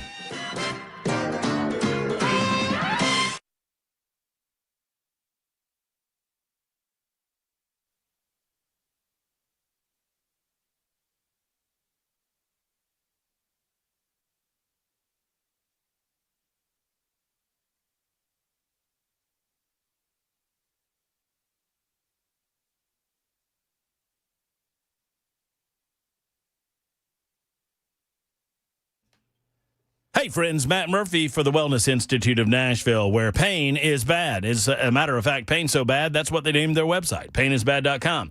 I'm Matt Murphy, and the Wellness Institute of Nashville has my seal of approval. I made the switch to Dr. Mitch, Dr. Ashley, and the rest of the team over there. Why? Because they're really good at what they do. Spinal decompression technology is such an advancement in terms of alleviating your pain without the need for pills, without the need for needles, and without the consideration for surgery. It's all about alleviating your pain, wherever it hurts. Neck, back, knee, hip, elbow. Can they relieve all of your pain? No, not all of it, but they want to make sure that your pain can be alleviated in a natural way before you consider other methods or treatments. That's what it's about at the Wellness Institute of Nashville. Ask them about the Big Daddy Trump special. It's still going on. You heard me. Painisbad.com. That's painisbad.com. Or call 615-246-5009, 246-5009.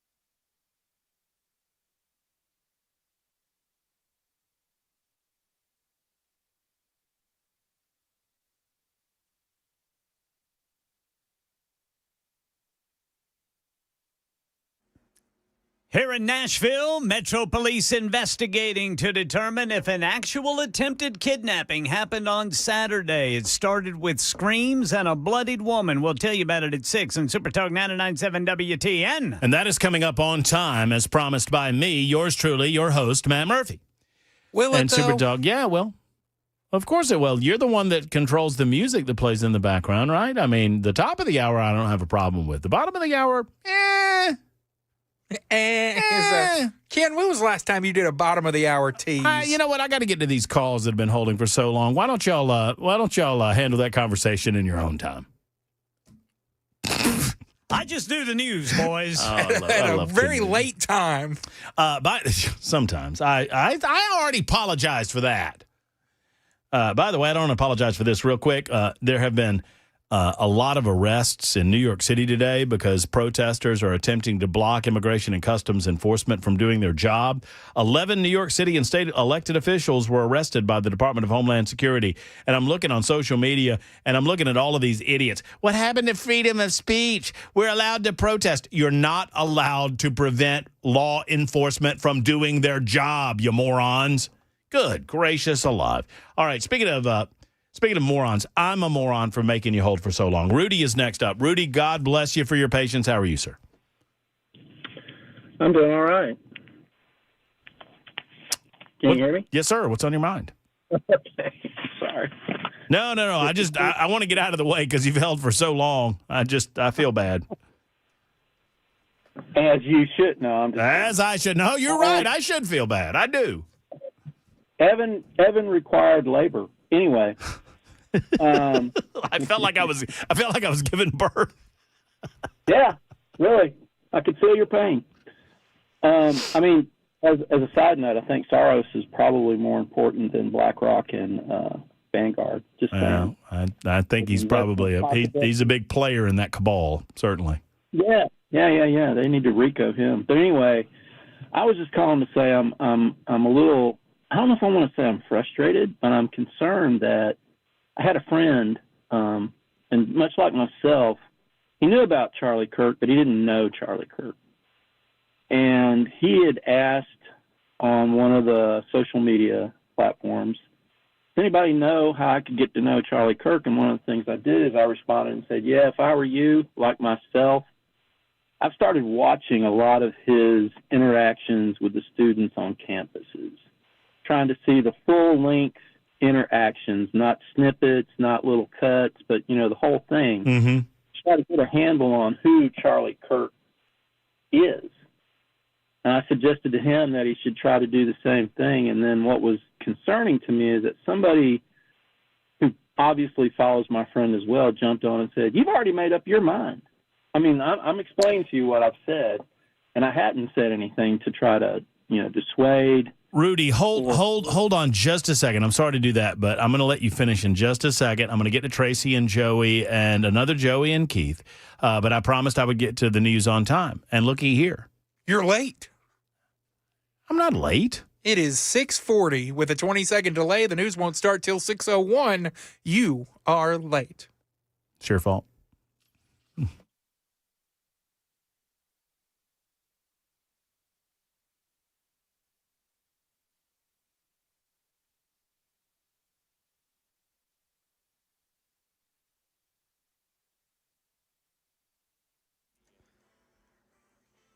I'm Ken Weaver with your top stories. Got the full forecast and traffic in 5 minutes. And here in Nashville, Metro Police are investigating to determine if an actual attempted kidnapping happened on Saturday.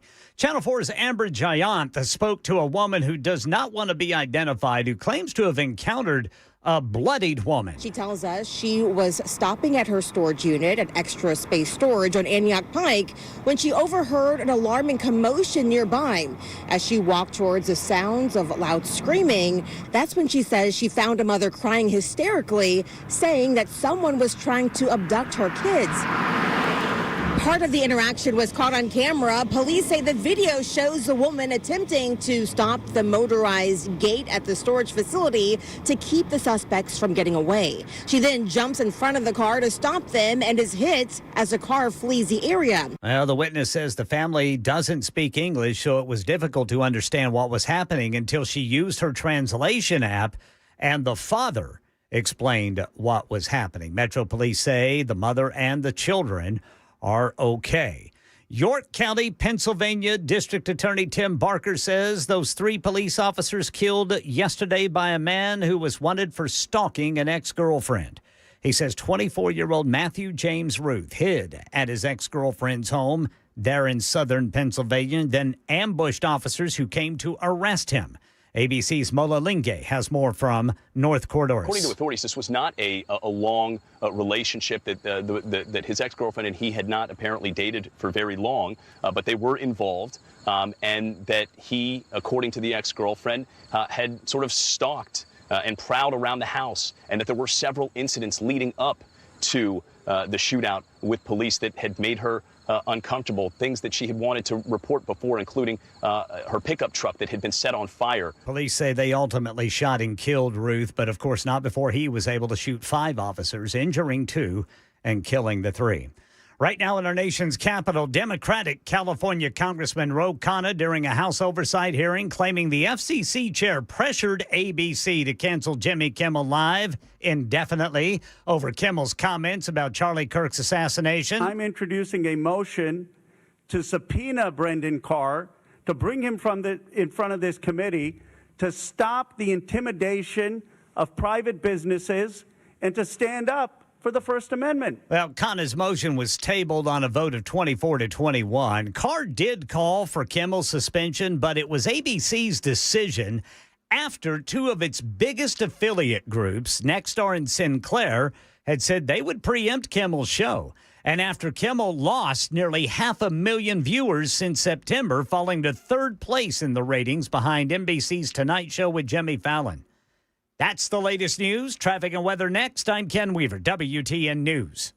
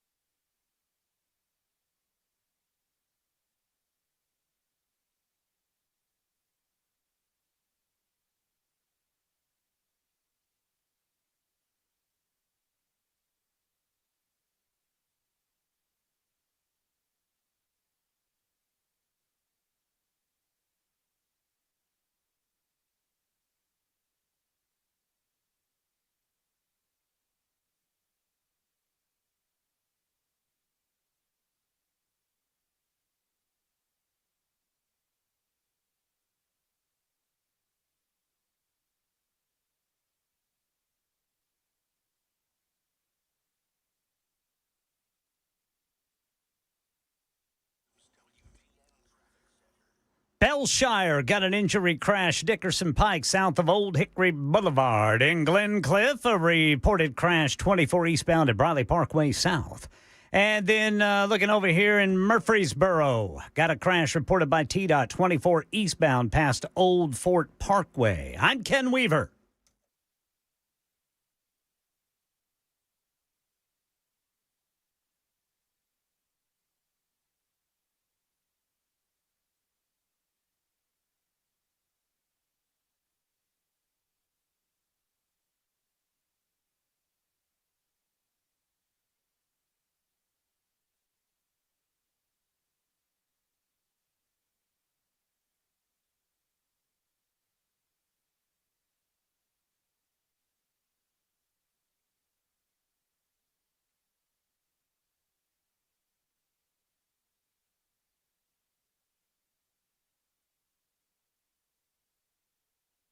Final hour of the show today on this Thursday edition. Thank you for being out there. Super Talk 99.7 WTN. I truly do appreciate each and every one of you, whether we agree 100%. If we agree 100% of the time, I would suggest that that you're a little messed up, because I know I am. But I hope we agree most of the time. And if not, that's okay, too. I absolutely love it. Love the exchange, love the conversation, and love being here with you on a day-to-day basis from 3 until 7 on Super Talk 99.7 WTN. I love getting back to these telephone calls. Many of you have been holding for a long time, and I appreciate your patience. We're going to get back to them. Rudy was talking when we left last, and Rudy, thank you for being able to hold just a little bit longer. The floor is back yours, sir. Yeah, I'm going to try to make it quick. I'm concerned that when you reach out to people to help them with something that they don't know about, much like myself, because I've been watching a lot of videos on Charlie Kirk. But what was interesting is that somebody popped into that same media outlet and put on a meme that had a bunch of bubble things on it that were talking about Charlie Kirk, with a picture of him saying he was a racist, he was a fascist, all these negative things. And I responded, well, anybody can create something like that. What I'm suggesting is that you look at his video, his actual words, his actual actions with these college students, and I haven't seen anything yet that comes close to what keeps getting thrown out there about him being those things. Me either, that there by the way. seems to be some kind of disease, or I don't know if you call it disease or just an overwhelming, I'm going to believe the crazy stuff I see instead of looking at it and trying to figure out for myself what is really there. Yeah, I think most of the isms and ists that are being thrown out against Charlie Kirk are due to, I mean, these are people that have never really listened to him. You know, I'm reminded the same thing happened with Rush Limbaugh. Even long before he passed away, Rush Limbaugh was called a racist and a sexist and a xenophobe and a fascist, I'm sure. And the people that were calling him that, you ask them, well, when's the last time you listened to? Oh, I've never listened to Rush Limbaugh. Right? I mean, so then what are we talking about here? So I put out a challenge. I put out a challenge last week, Rudy, for someone on the political left that believes that Charlie Kirk is a fascist to call me and explain to me how that is. And I will get out of the way and let that person talk for as long as they want to try to explain it. And I've yet to have anyone take me up on that. Yeah, I did the same thing in this particular, chat, and asked, well, I really want to see if he's done these things you're claiming in this meme. Do you have a link, or do you have a location or a video or something where I can go? And not just a snippet. I want to see the full conversation so I can make up my mind about something like that. And it's crickets. Yeah, I mean, that's what I've largely gotten to. And that's sad that people are such emotional lemmings that they decide something based on something that someone else has told them. And they can't use the intellect that God gave them to try to figure it out for themselves. I'm not mad at these people. I'm just kind of sad for them. Yeah, but I'm really hoping that we can get to where people can have dialogue, because of the things that I've watched so far on Charlie Kirk with these interactions with these students. He listened to them for a very long time before he even started, going back into what they were wanting to speak to him about or debate with him about. And he never called them any of the things that they're saying he's called people. And he really was trying to get them to open up to the idea that there could be something other than what they were thinking about or thought they knew about, to be open to looking at it for themselves and not, he was always steering them away from, what was just being thrown out there. You need to know this stuff for yourself, kind of thing. And I'm hoping we can get back to that. Well, he most certainly did not suffer fools gladly, right? So he would shut down when they tried to mischaracterize movements, when they tried to misuse language. I mean, Charlie was quick with making them defend their point of view, but I agree with you. He did not engage. I mean, I'm guilty of it, Rudy. I wish I wasn't. And thank you for the call. I've been guilty of, certain ad hominem attacks against people. I have fallen prey to calling names. I admit it. I try not to do that anymore because I don't think it moves us forward, and I don't think it brings anyone closer. I don't think we attract those flies with vinegar. They are attracted with honey. At least that's what I try to remind myself when, some of these positions or annoyances get under my skin. Speaking of things getting under our skin, I just, because if I don't do it now, I won't do it. Just watch this and tell me if this is not a hoot. This is without comment. This is your nincompoop every day. I'm going to play 20 seconds of audio and video for you. And I don't think I need to comment on it. If you're watching, you probably already see it there on your screen. If you're listening, just listen to this incredible commentary by the fine representative from the state of Texas, Jasmine Crockett. I understood what was kind of pushing them there. And so I do want people to know that just because someone has committed a crime, it doesn't make them a criminal. That is completely different. Being a criminal is more so about your mindset. Committing a crime can come for a lot of different reasons. Y'all follow that? And the best part of it, if you're watching, are you watching it in there? The best part of it is the dude. Yeah. Oh, he's got long, curly hair. The guy's name is Jonathan Van Ness. And he shakes his head. Oh, yes. Oh, that's so profound. I understood what was kind of pushing them there. And so I do want people to know that just because someone has committed a crime, it doesn't make them a criminal. That is completely different. Being a criminal is more so about your mindset. Committing a crime can come for a lot of different reasons. So, I mean, I don't think I need to comment on that. Y'all fully understand it, right? That makes a lot of sense. Just because you commit a crime doesn't make you a criminal. I mean, to hell with definitions and words meaning things. I need your help, Jackson, because I'm old and I can't see. Am I going to line 6 or line 1? I just need to go to the person, line 6. Okay, Joey, God bless you. Thank you for calling. The floor is yours on the Matt Murphy Show, Joey. Hello, folks. Hello, Joey. Hey, just real quick. Well, first of all, the Jasmine Crockett thing. Oh my gosh. I guess if someone sleeps with her husband, he's not an adulterer. It's just his mindset. Is that how that works? Okay. All right. I get it. That's right.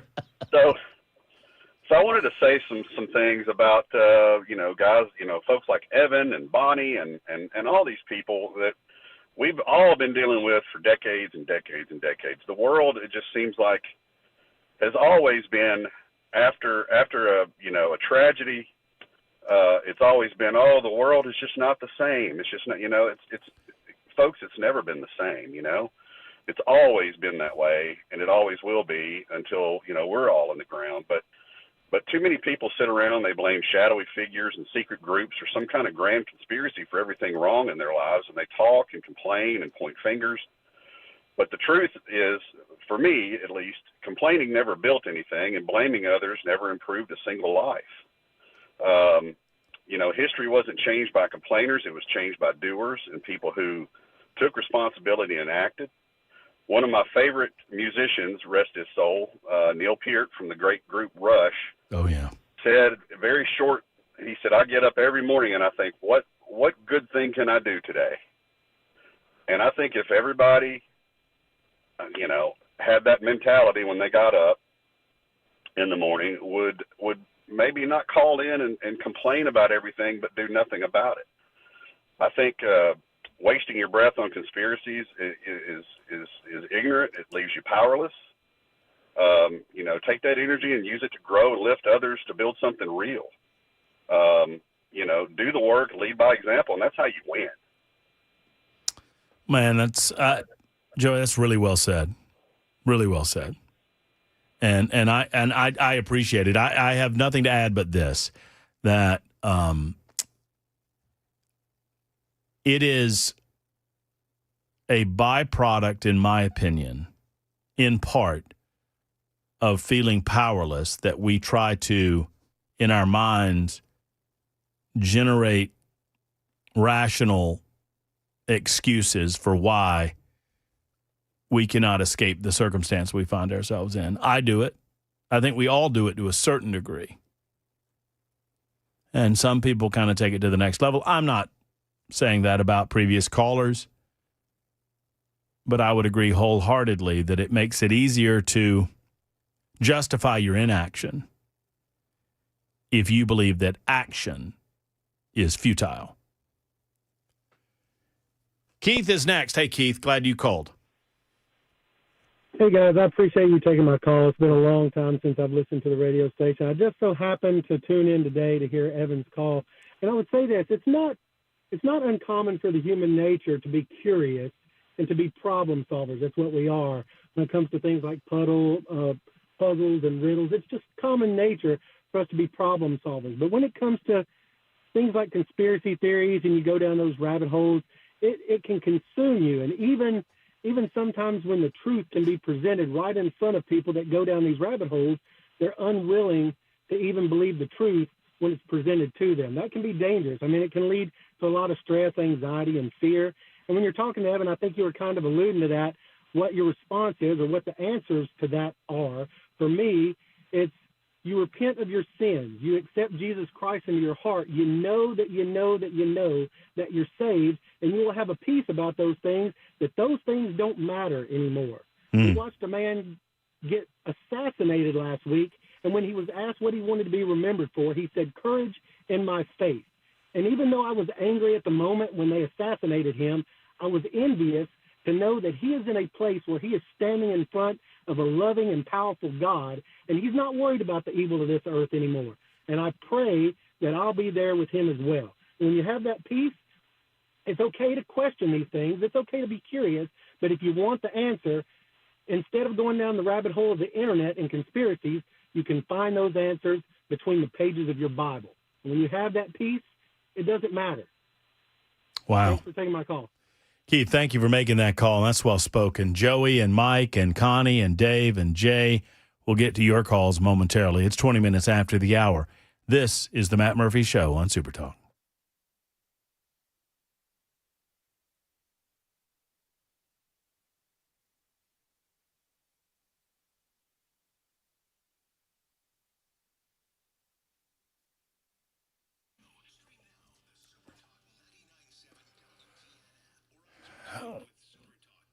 You want to know about a place where European auto repair does not feel like European auto repair? Well, it's Matt Murphy to tell you about that place. That moment when you walk into Eurofix, you notice that Eurofix is not your typical garage. One, you don't see any grease lying around. You don't see any rags lying around. Waiting rooms are clean. They're comfortable. They're inviting. Service areas, spotless. Why? Because Eurofix cares about everything. From how you're treated to how your vehicle's treated to how the showroom's treated. Every repair comes with a rock-solid 3-year, 36,000-mile nationwide warranty on all repairs. Eurofix performs at a higher level than the other shops, simply put.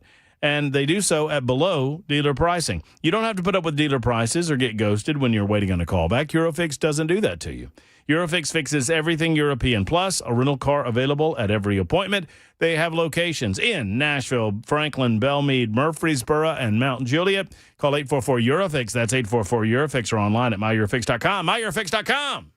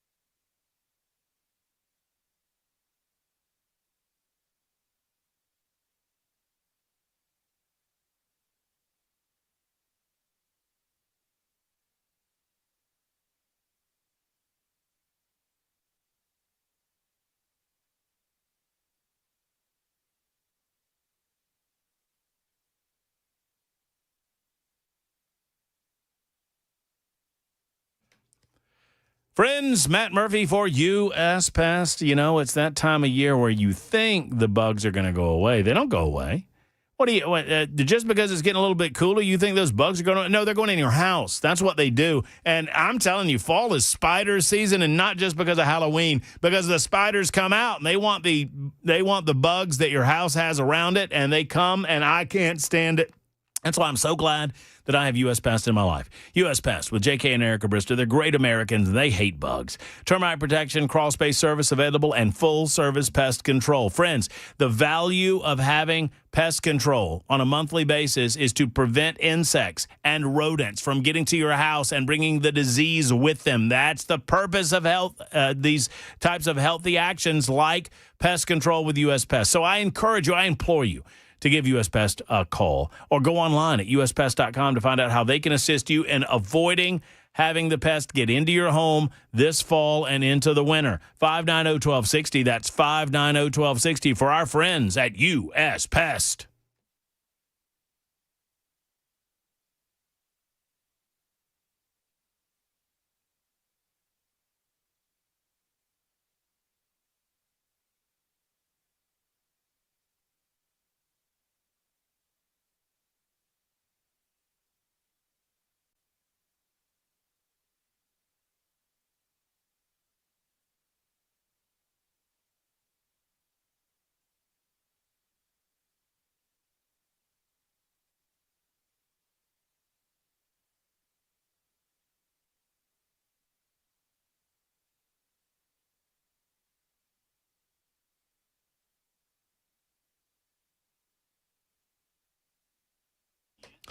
Look at Ken. It's 25 after the hour. Super Talk 99.7 WTN. Benjamin Netanyahu earlier today pushed back on suggestions and, theories, conspiracy theories and otherwise, that suggest that Israel is linked to the assassination of Charlie Kirk.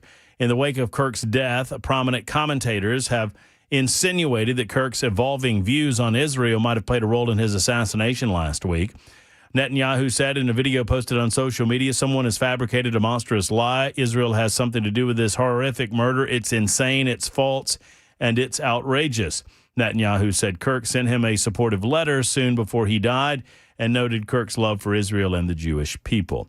I don't believe that any of this will stop some of the conspiracy theories that are going on online regarding this theory. All right, back to the phones. All right, Bonnie is back. Is that what you're telling me? Bonnie is back. And is Bonnie upset? What's up, Bonnie? Well, I mean, so call only once per day. So I should suspend rule number 2. You didn't read me these rules. Rule number 1, call only. Well, it's rule number 1. There's really only 3. There's 3 rules for interacting with the Matt Murphy Show. Rule number 1, call only once per day. Rule number 2, don't be boring. Rule number 3, don't read to me. And that's intimately related to rule number 2 because reading to me is boring. Bonnie wasn't boring. Bonnie was not boring, and we will suspend for Bonnie rule number 1. Hello, Bonnie. I'm here. Hey. Hey, I'm on the radio again? Yes, ma'am. Hey, I want to be kind, okay? So I'm not trying to be mean because I've told you don't be mean to someone. But I think it was the second, not the very last man, but the other man, I guess he's like trying to shove the Bible down people's throats. You know, I lived in an orphanage for 6.5 years, and we had the Bible shoved down our throat. So anyways, what he said something about being ignorant. Well, you know what? People that are really smart, they ask a lot of questions, and they're very inquisitive. They always want to know. And, you know, for someone to make a statement like that on the radio is very rude. And I don't appreciate it. He needs to be a little nicer because I'm not ignorant. I don't do drugs. I don't drink. And I don't mess around. Well, thank you, Bonnie. I appreciate that, and I don't think you're ignorant either. No, but he shouldn't say that. That's not nice. Well, there's a lot of not nice. I'm sometimes I get accused of not being nice. So, but I'm gonna try to be as nice as I can and just and leave it there. Yes, ma'am. Matt. Yes, ma'am. Matt, I think people like him are jealous of people like us, that we let our elevators go as high as they need to go. Even though we don't have all the correct information, we're always looking, and trying to because we're Republicans and we have an open mind, and demos, they have a closed mind. I got you. Well, Bonnie, I'm glad I put you back on to defend yourself and to push back against that concept. You're not ignorant, Bonnie. Thank you for the call. We appreciate you. Joey is next. Hey, Joey, what's up? I'm kind of upset you let Bonnie back on. Ahead of me, and that was. I thought it was. Joey, I owe you. What can I do to make it up? I owe you. You know it's National Cheeseburger Day. You want a cheeseburger? Okay. No, I just want to get out what I need. I want to get out. All right, let's do it. Let's do it. Now I have two parts here. The first part's going to be opinion driven, and my second part's going to be information fueled. Now you said you spent 25 years wondering who, air quotations, they are. In my opinion, they is the Netanyahu and the Zionist Jews. I said it. You probably don't agree. That's just me. They run everything. They run absolutely everything. I have another part too. Oh, okay. Okay. Well, it's part two. That's who runs everything. Okay. Part two is this is information fueled right here. I think it's so, we have a lot of religious people on here, a lot of good Christians, a lot of good Christian people. And the fact that Israel has, I don't know what's got them into thinking they should support Israel, because Israel supports anything but Jesus Christ. And I suggest your listeners go Chat GPT, go Google, look up Israel and Zionist Jews' stance on Jesus Christ, and then don't ever send another dollar over there. That's why a lot of people are mad. And my life is good. I play golf. I got money. It just makes me mad. They think of us as goats. They think of us as goats. You're being mocked. Even you, my brother, if you're a Christian, you're being mocked. And my life ain't over. I live good, but a lot of people are getting deceived. And a lot of people are getting lied to. And a lot of people don't want to say it. They sound crazy to say it, but it's fact. Israel and Jews hate Jesus Christ. And every Christian has been manipulated in supporting them. That needs to stop. Your buddy Jody Barrett, who just had a commercial on, he's already funded by AIPAC. Information fueled. But that's it. That's all I got to say, man. You're going to get a lot more calls like this because a lot's more coming out. And if Benjamin Netanyahu and Israel didn't have nothing to do with it, why do you have to get on there? He's got a lot more to worry about. He needs to be trying to eradicate Gaza today, but he wants to get up there and defend himself. I call BS. And anybody that doesn't and can't feel it inside their soul, this is for Jesus Christ. If you support it, it's deeper than you think, or maybe you can't talk. I don't know. But I just want everyone to hear what I said. And I hope you don't try to belittle me too bad and talk about I'm a crazy conspiracy. I just hope you don't, because I have a lot of love in my heart. I'm except for the Jews. Yeah, I'm sorry. Right. I'm sorry. Do you love everybody else but the Jews, or are there other? I'm not saying I don't love the Jews. I'm saying I don't love how they feel about Christians and how they manipulated society. Well, I'm not Joey. You've said you made. Look, I'm late again. 50 states want Israel. Y'all look that up. 50 states want Israel. Why don't you talk about that? Joey, listen to me. You said I hope Matt doesn't say anything negative about you or whatever. Joey, I'm not going to say a word about you. All right? I love you, brother. Love you. I'm not going to say a word about you because your opinion means nothing to me. I mean, if you're going to be a truth teller, so am I. And that's opinion fueled. Back after this.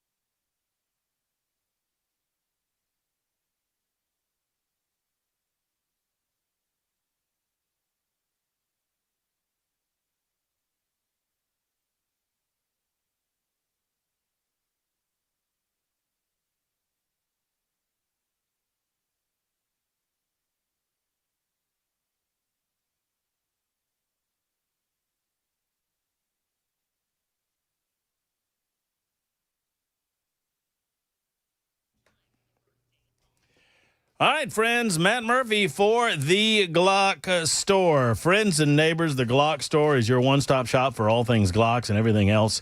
They are so good at what they do in terms of your Second Amendment rights. And right now, I'm inviting you to be one of the first in Nashville to experience something brand new at the Glock store. It's the AccuShoot LFX live fire simulator.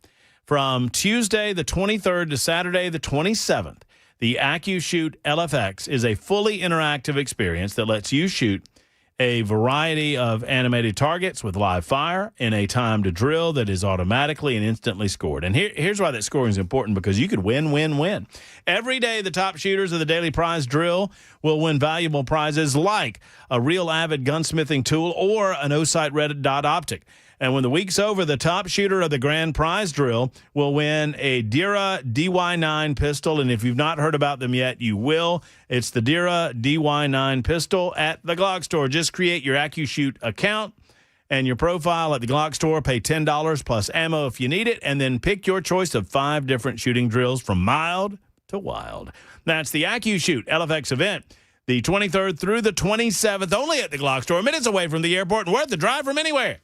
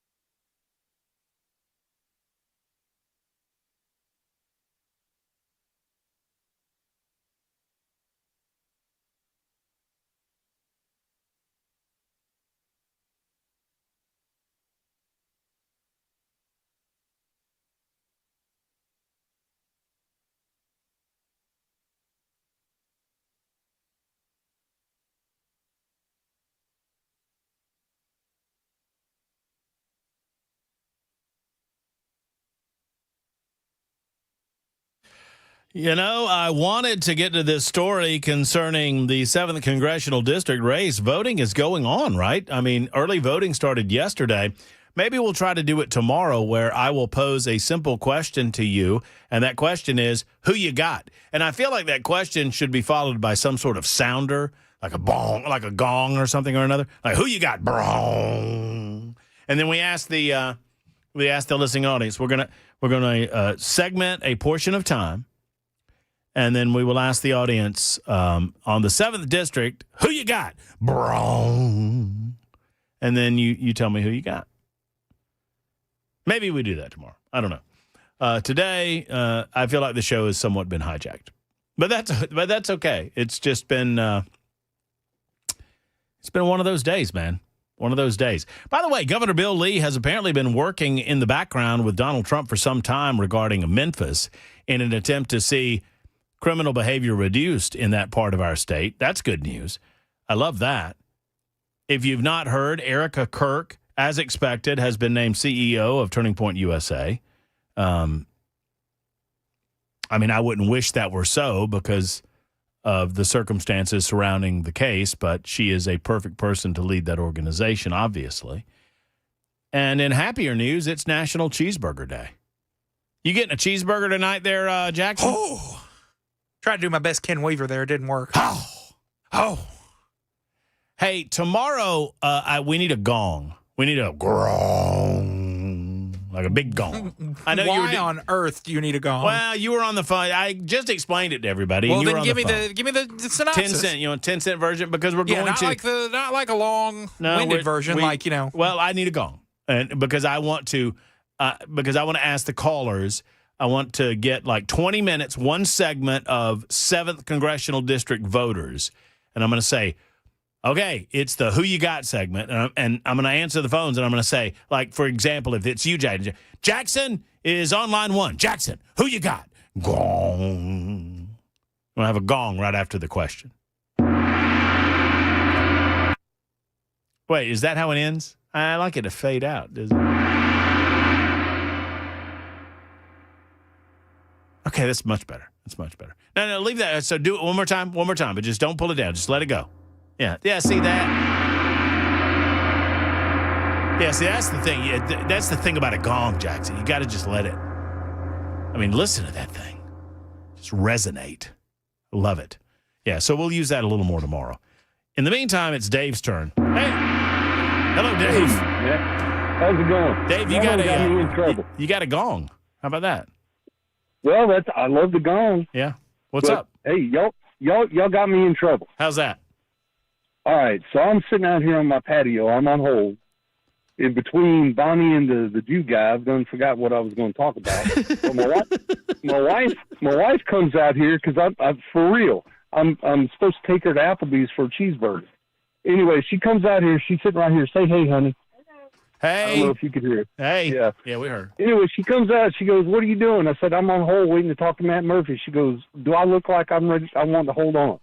And I'm like, "Well, I can't hang up." Dave, can I talk to her for a second? What's her name? What's her first name? Kelly. Here she is. Okay, let me talk to her. Hey, Matt. What was your name, ma'am? Kelly. Kelly, I'm so sorry that I made Dave late. Please don't hold that against him. Oh, I won't. That is all on me. Are y'all are going to get a cheeseburger tonight? Cheeseburger tonight. I mean, it's National Cheeseburger Day, Kelly. That's right. You have to. It's a law. It is. It should like be. Taco Tuesday. Oh, 100%. So tell me what you're getting on your cheeseburger.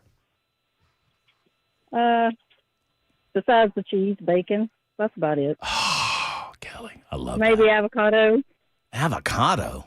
I haven't even thought about that. Need some sauce. Pimento cheese is good on a burger. Holy schnight. See, now we're thinking. Now we're getting thinking. Okay, Kelly, thank you for letting Dave talk to me, and let me talk to Dave. You're welcome. Okay, thank you. All right. Hey, Dave. I appreciate that, man. Man, you picked well, Dave. She's talking about, dude, she's talking about avocados and stuff on the cheeseburger. Come on. No, I'll kick my coverage. Believe me, if you could see me, you would say, you don't deserve that woman. I get it. Trust me, I get it. Reason I originally called in, like this, the whole thing with Kimmel, what drives me absolutely nuts is why in the world is the FCC chairman poking his nose? He didn't have to say a thing. No. It was going to happen anyway. I agree. This administration drives me nuts because they can't get out of their own way on stuff like this. With some of these points, I get it. I love Trump. And he's going to say some oddball stuff or whatever, and we all think it's funny. But come on. What they did is they turned the narrative away from where it should have been, which is the assassination of Charlie Kirk for his opinions, and now it's turned into this whole free, which honestly, it's not a First Amendment issue. The issue is that the people carrying the shows, Nexstar, whoever, said, you know what, we're getting a lot of complaints. We don't want your nonsense on. It drives me nuts. And the only other thing I'm going to say is I'm starting a Bonnie fan club, and our T-shirts are going to say, Bonnie says be nice. Well, that's right. I thought you were going to say Bonnie's not ignorant, which would be another. Or ignorant. Oh, yeah, another good. I love Bonnie. I love Bonnie too. Bonnie, I was not picking on you, Bonnie, if you're still listening. That was a serious comment. So, Dave, I absolutely love it. Love everything about it. And I could not agree with you more on your point regarding Jimmy Kimmel. If the silly FCC dude, Brendan Carr, does not get in front of this, this happens anyway, and it doesn't give a free pass to the mainstream media to suggest that Donald Trump was behind the whole thing. Absolutely. Yeah. I'm going to go get a burger. All right, man, go get a burger. I'm going to do it. I'm going right after you. I'm going in, I don't know, 15 minutes or so. We're going to get a burger together. Rick is next. Hey, Rick.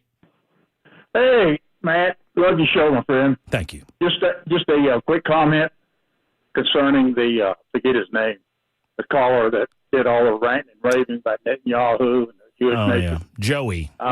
Joey was. I was very surprised he did not conclude his conversation with a Heil Hitler. Huh? My Lord. I mean, I'm 75.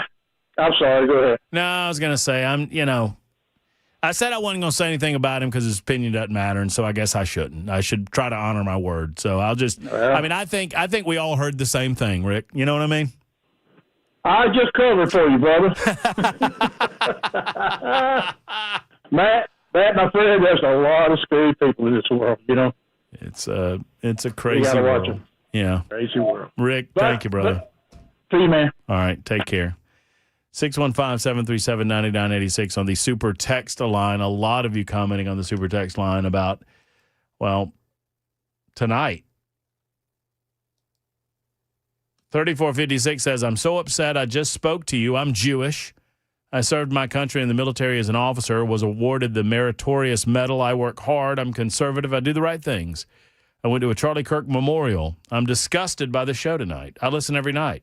The hateful man saying Jews control everything should have been cut off. I'm very disappointed. Jonathan, I believe in free speech, and I believe when people are going to demonstrate themselves to be complete, absolute idiots, why would we interrupt them?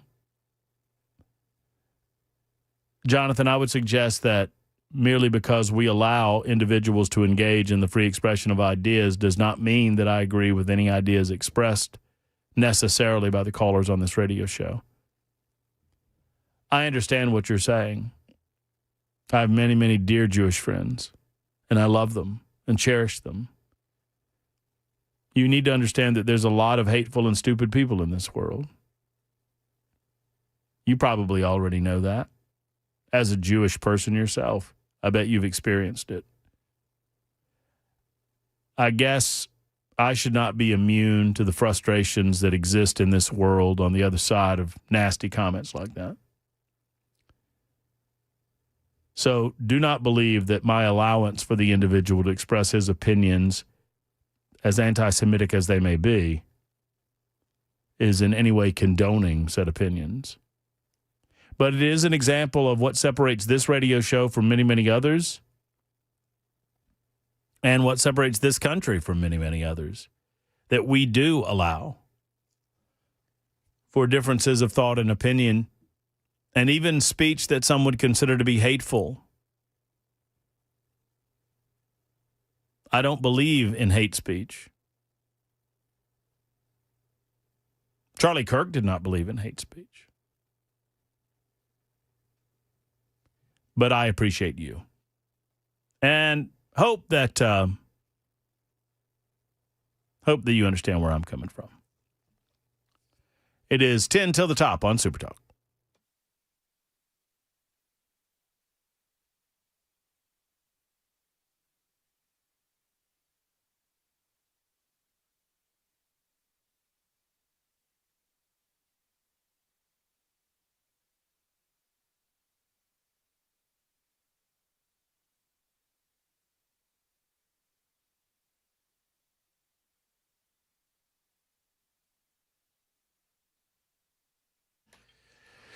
Alpha and Omega has been around since 1998, and Michael was telling me the other day when we were talking, they were actually solving a computer issue that I had, and it was such a small thing, and I was embarrassed to call Michael and ask him. He said, Murphy, I help everybody. Come on, man.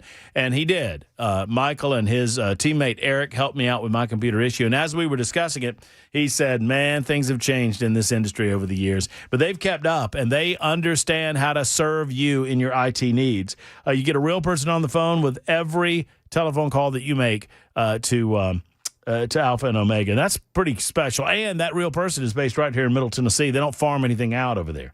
They deliver customized solutions for any of your IT needs, whether it's internal computer operating systems or email, perhaps it's printers, perhaps it is cybersecurity. You've got to get protected, folks. You need cybersecurity in your life because you are threatened. If you own a business, if you own or operate any sort of school or any place that has computer technology in it, you are threatened with cybersecurity and ransom attacks. You need to get Alpha and Omega on your team. Go to ANO.net, A&O.net, or call 615-784-0096, 784-0096 for Alpha and Omega.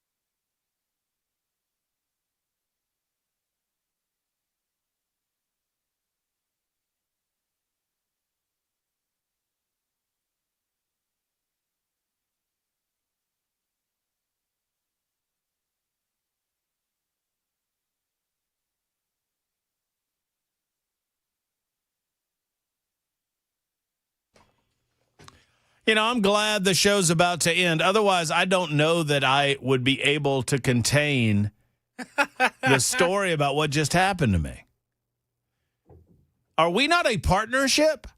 Yeah. Are we not, for 4 hours a day and beyond, we are simpatico. It was a parting gift. We are brothers in arms. I just can't believe what you just did to me. You want to tell everybody what you did? No, I'm good. I wonder if people could guess. Jackson was in here reviewing the craziness of this show, and it's been a pretty crazy show. Several of you wondering if there's a full moon. I don't know. It's National Cheeseburger Day. Maybe that's what's in everybody. I don't know what's in everybody, but something's in Jackson that's got him all upset. Was it the show that got your tummy all upset, Jackson? Yes. Is that what happened? Yes. Your tum-tum all in knots? Just a little gassy. We're all guys here. You don't. No. You don't do that. You don't do that to a brother in arms. You walk out. You walk out. I was walking out. I can't believe you. Chris is next and up last. Chris, it's been a crazy day, and I'm glad you called and glad you made it through. Thank you, sir.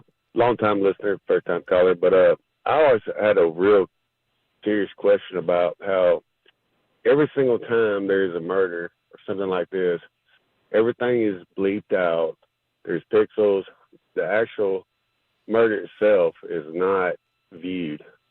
But for some strange reason, every time you click on Charlie Kirk, they're airing out his murder and his lifeblood leaving his body.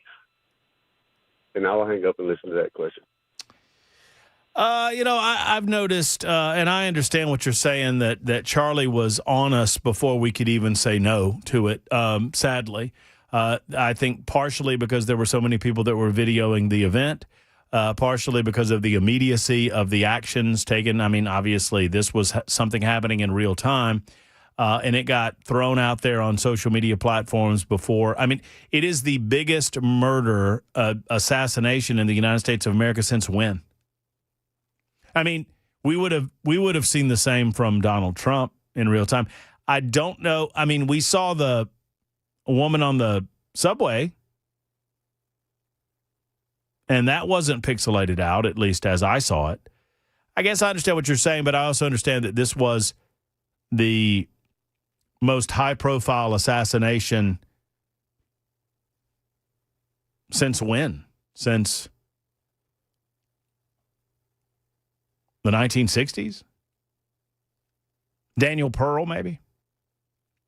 Daniel Pearl got sanitized in large measure before it got to the American public, but that was long before social media platforms. I don't think that would have happened had that sad occurrence, that tragedy occurred nowadays. But I hear you. That's going to wrap it up none too soon. It's 7 o'clock. It's time for Mark Levin and the Mark Levin Show, although I think he's got subs in for him this week. We'll be back tomorrow for our First Amendment Freestyle Friday and a Friday. Until then, hug your loved ones. Have a cheeseburger. So long, everybody.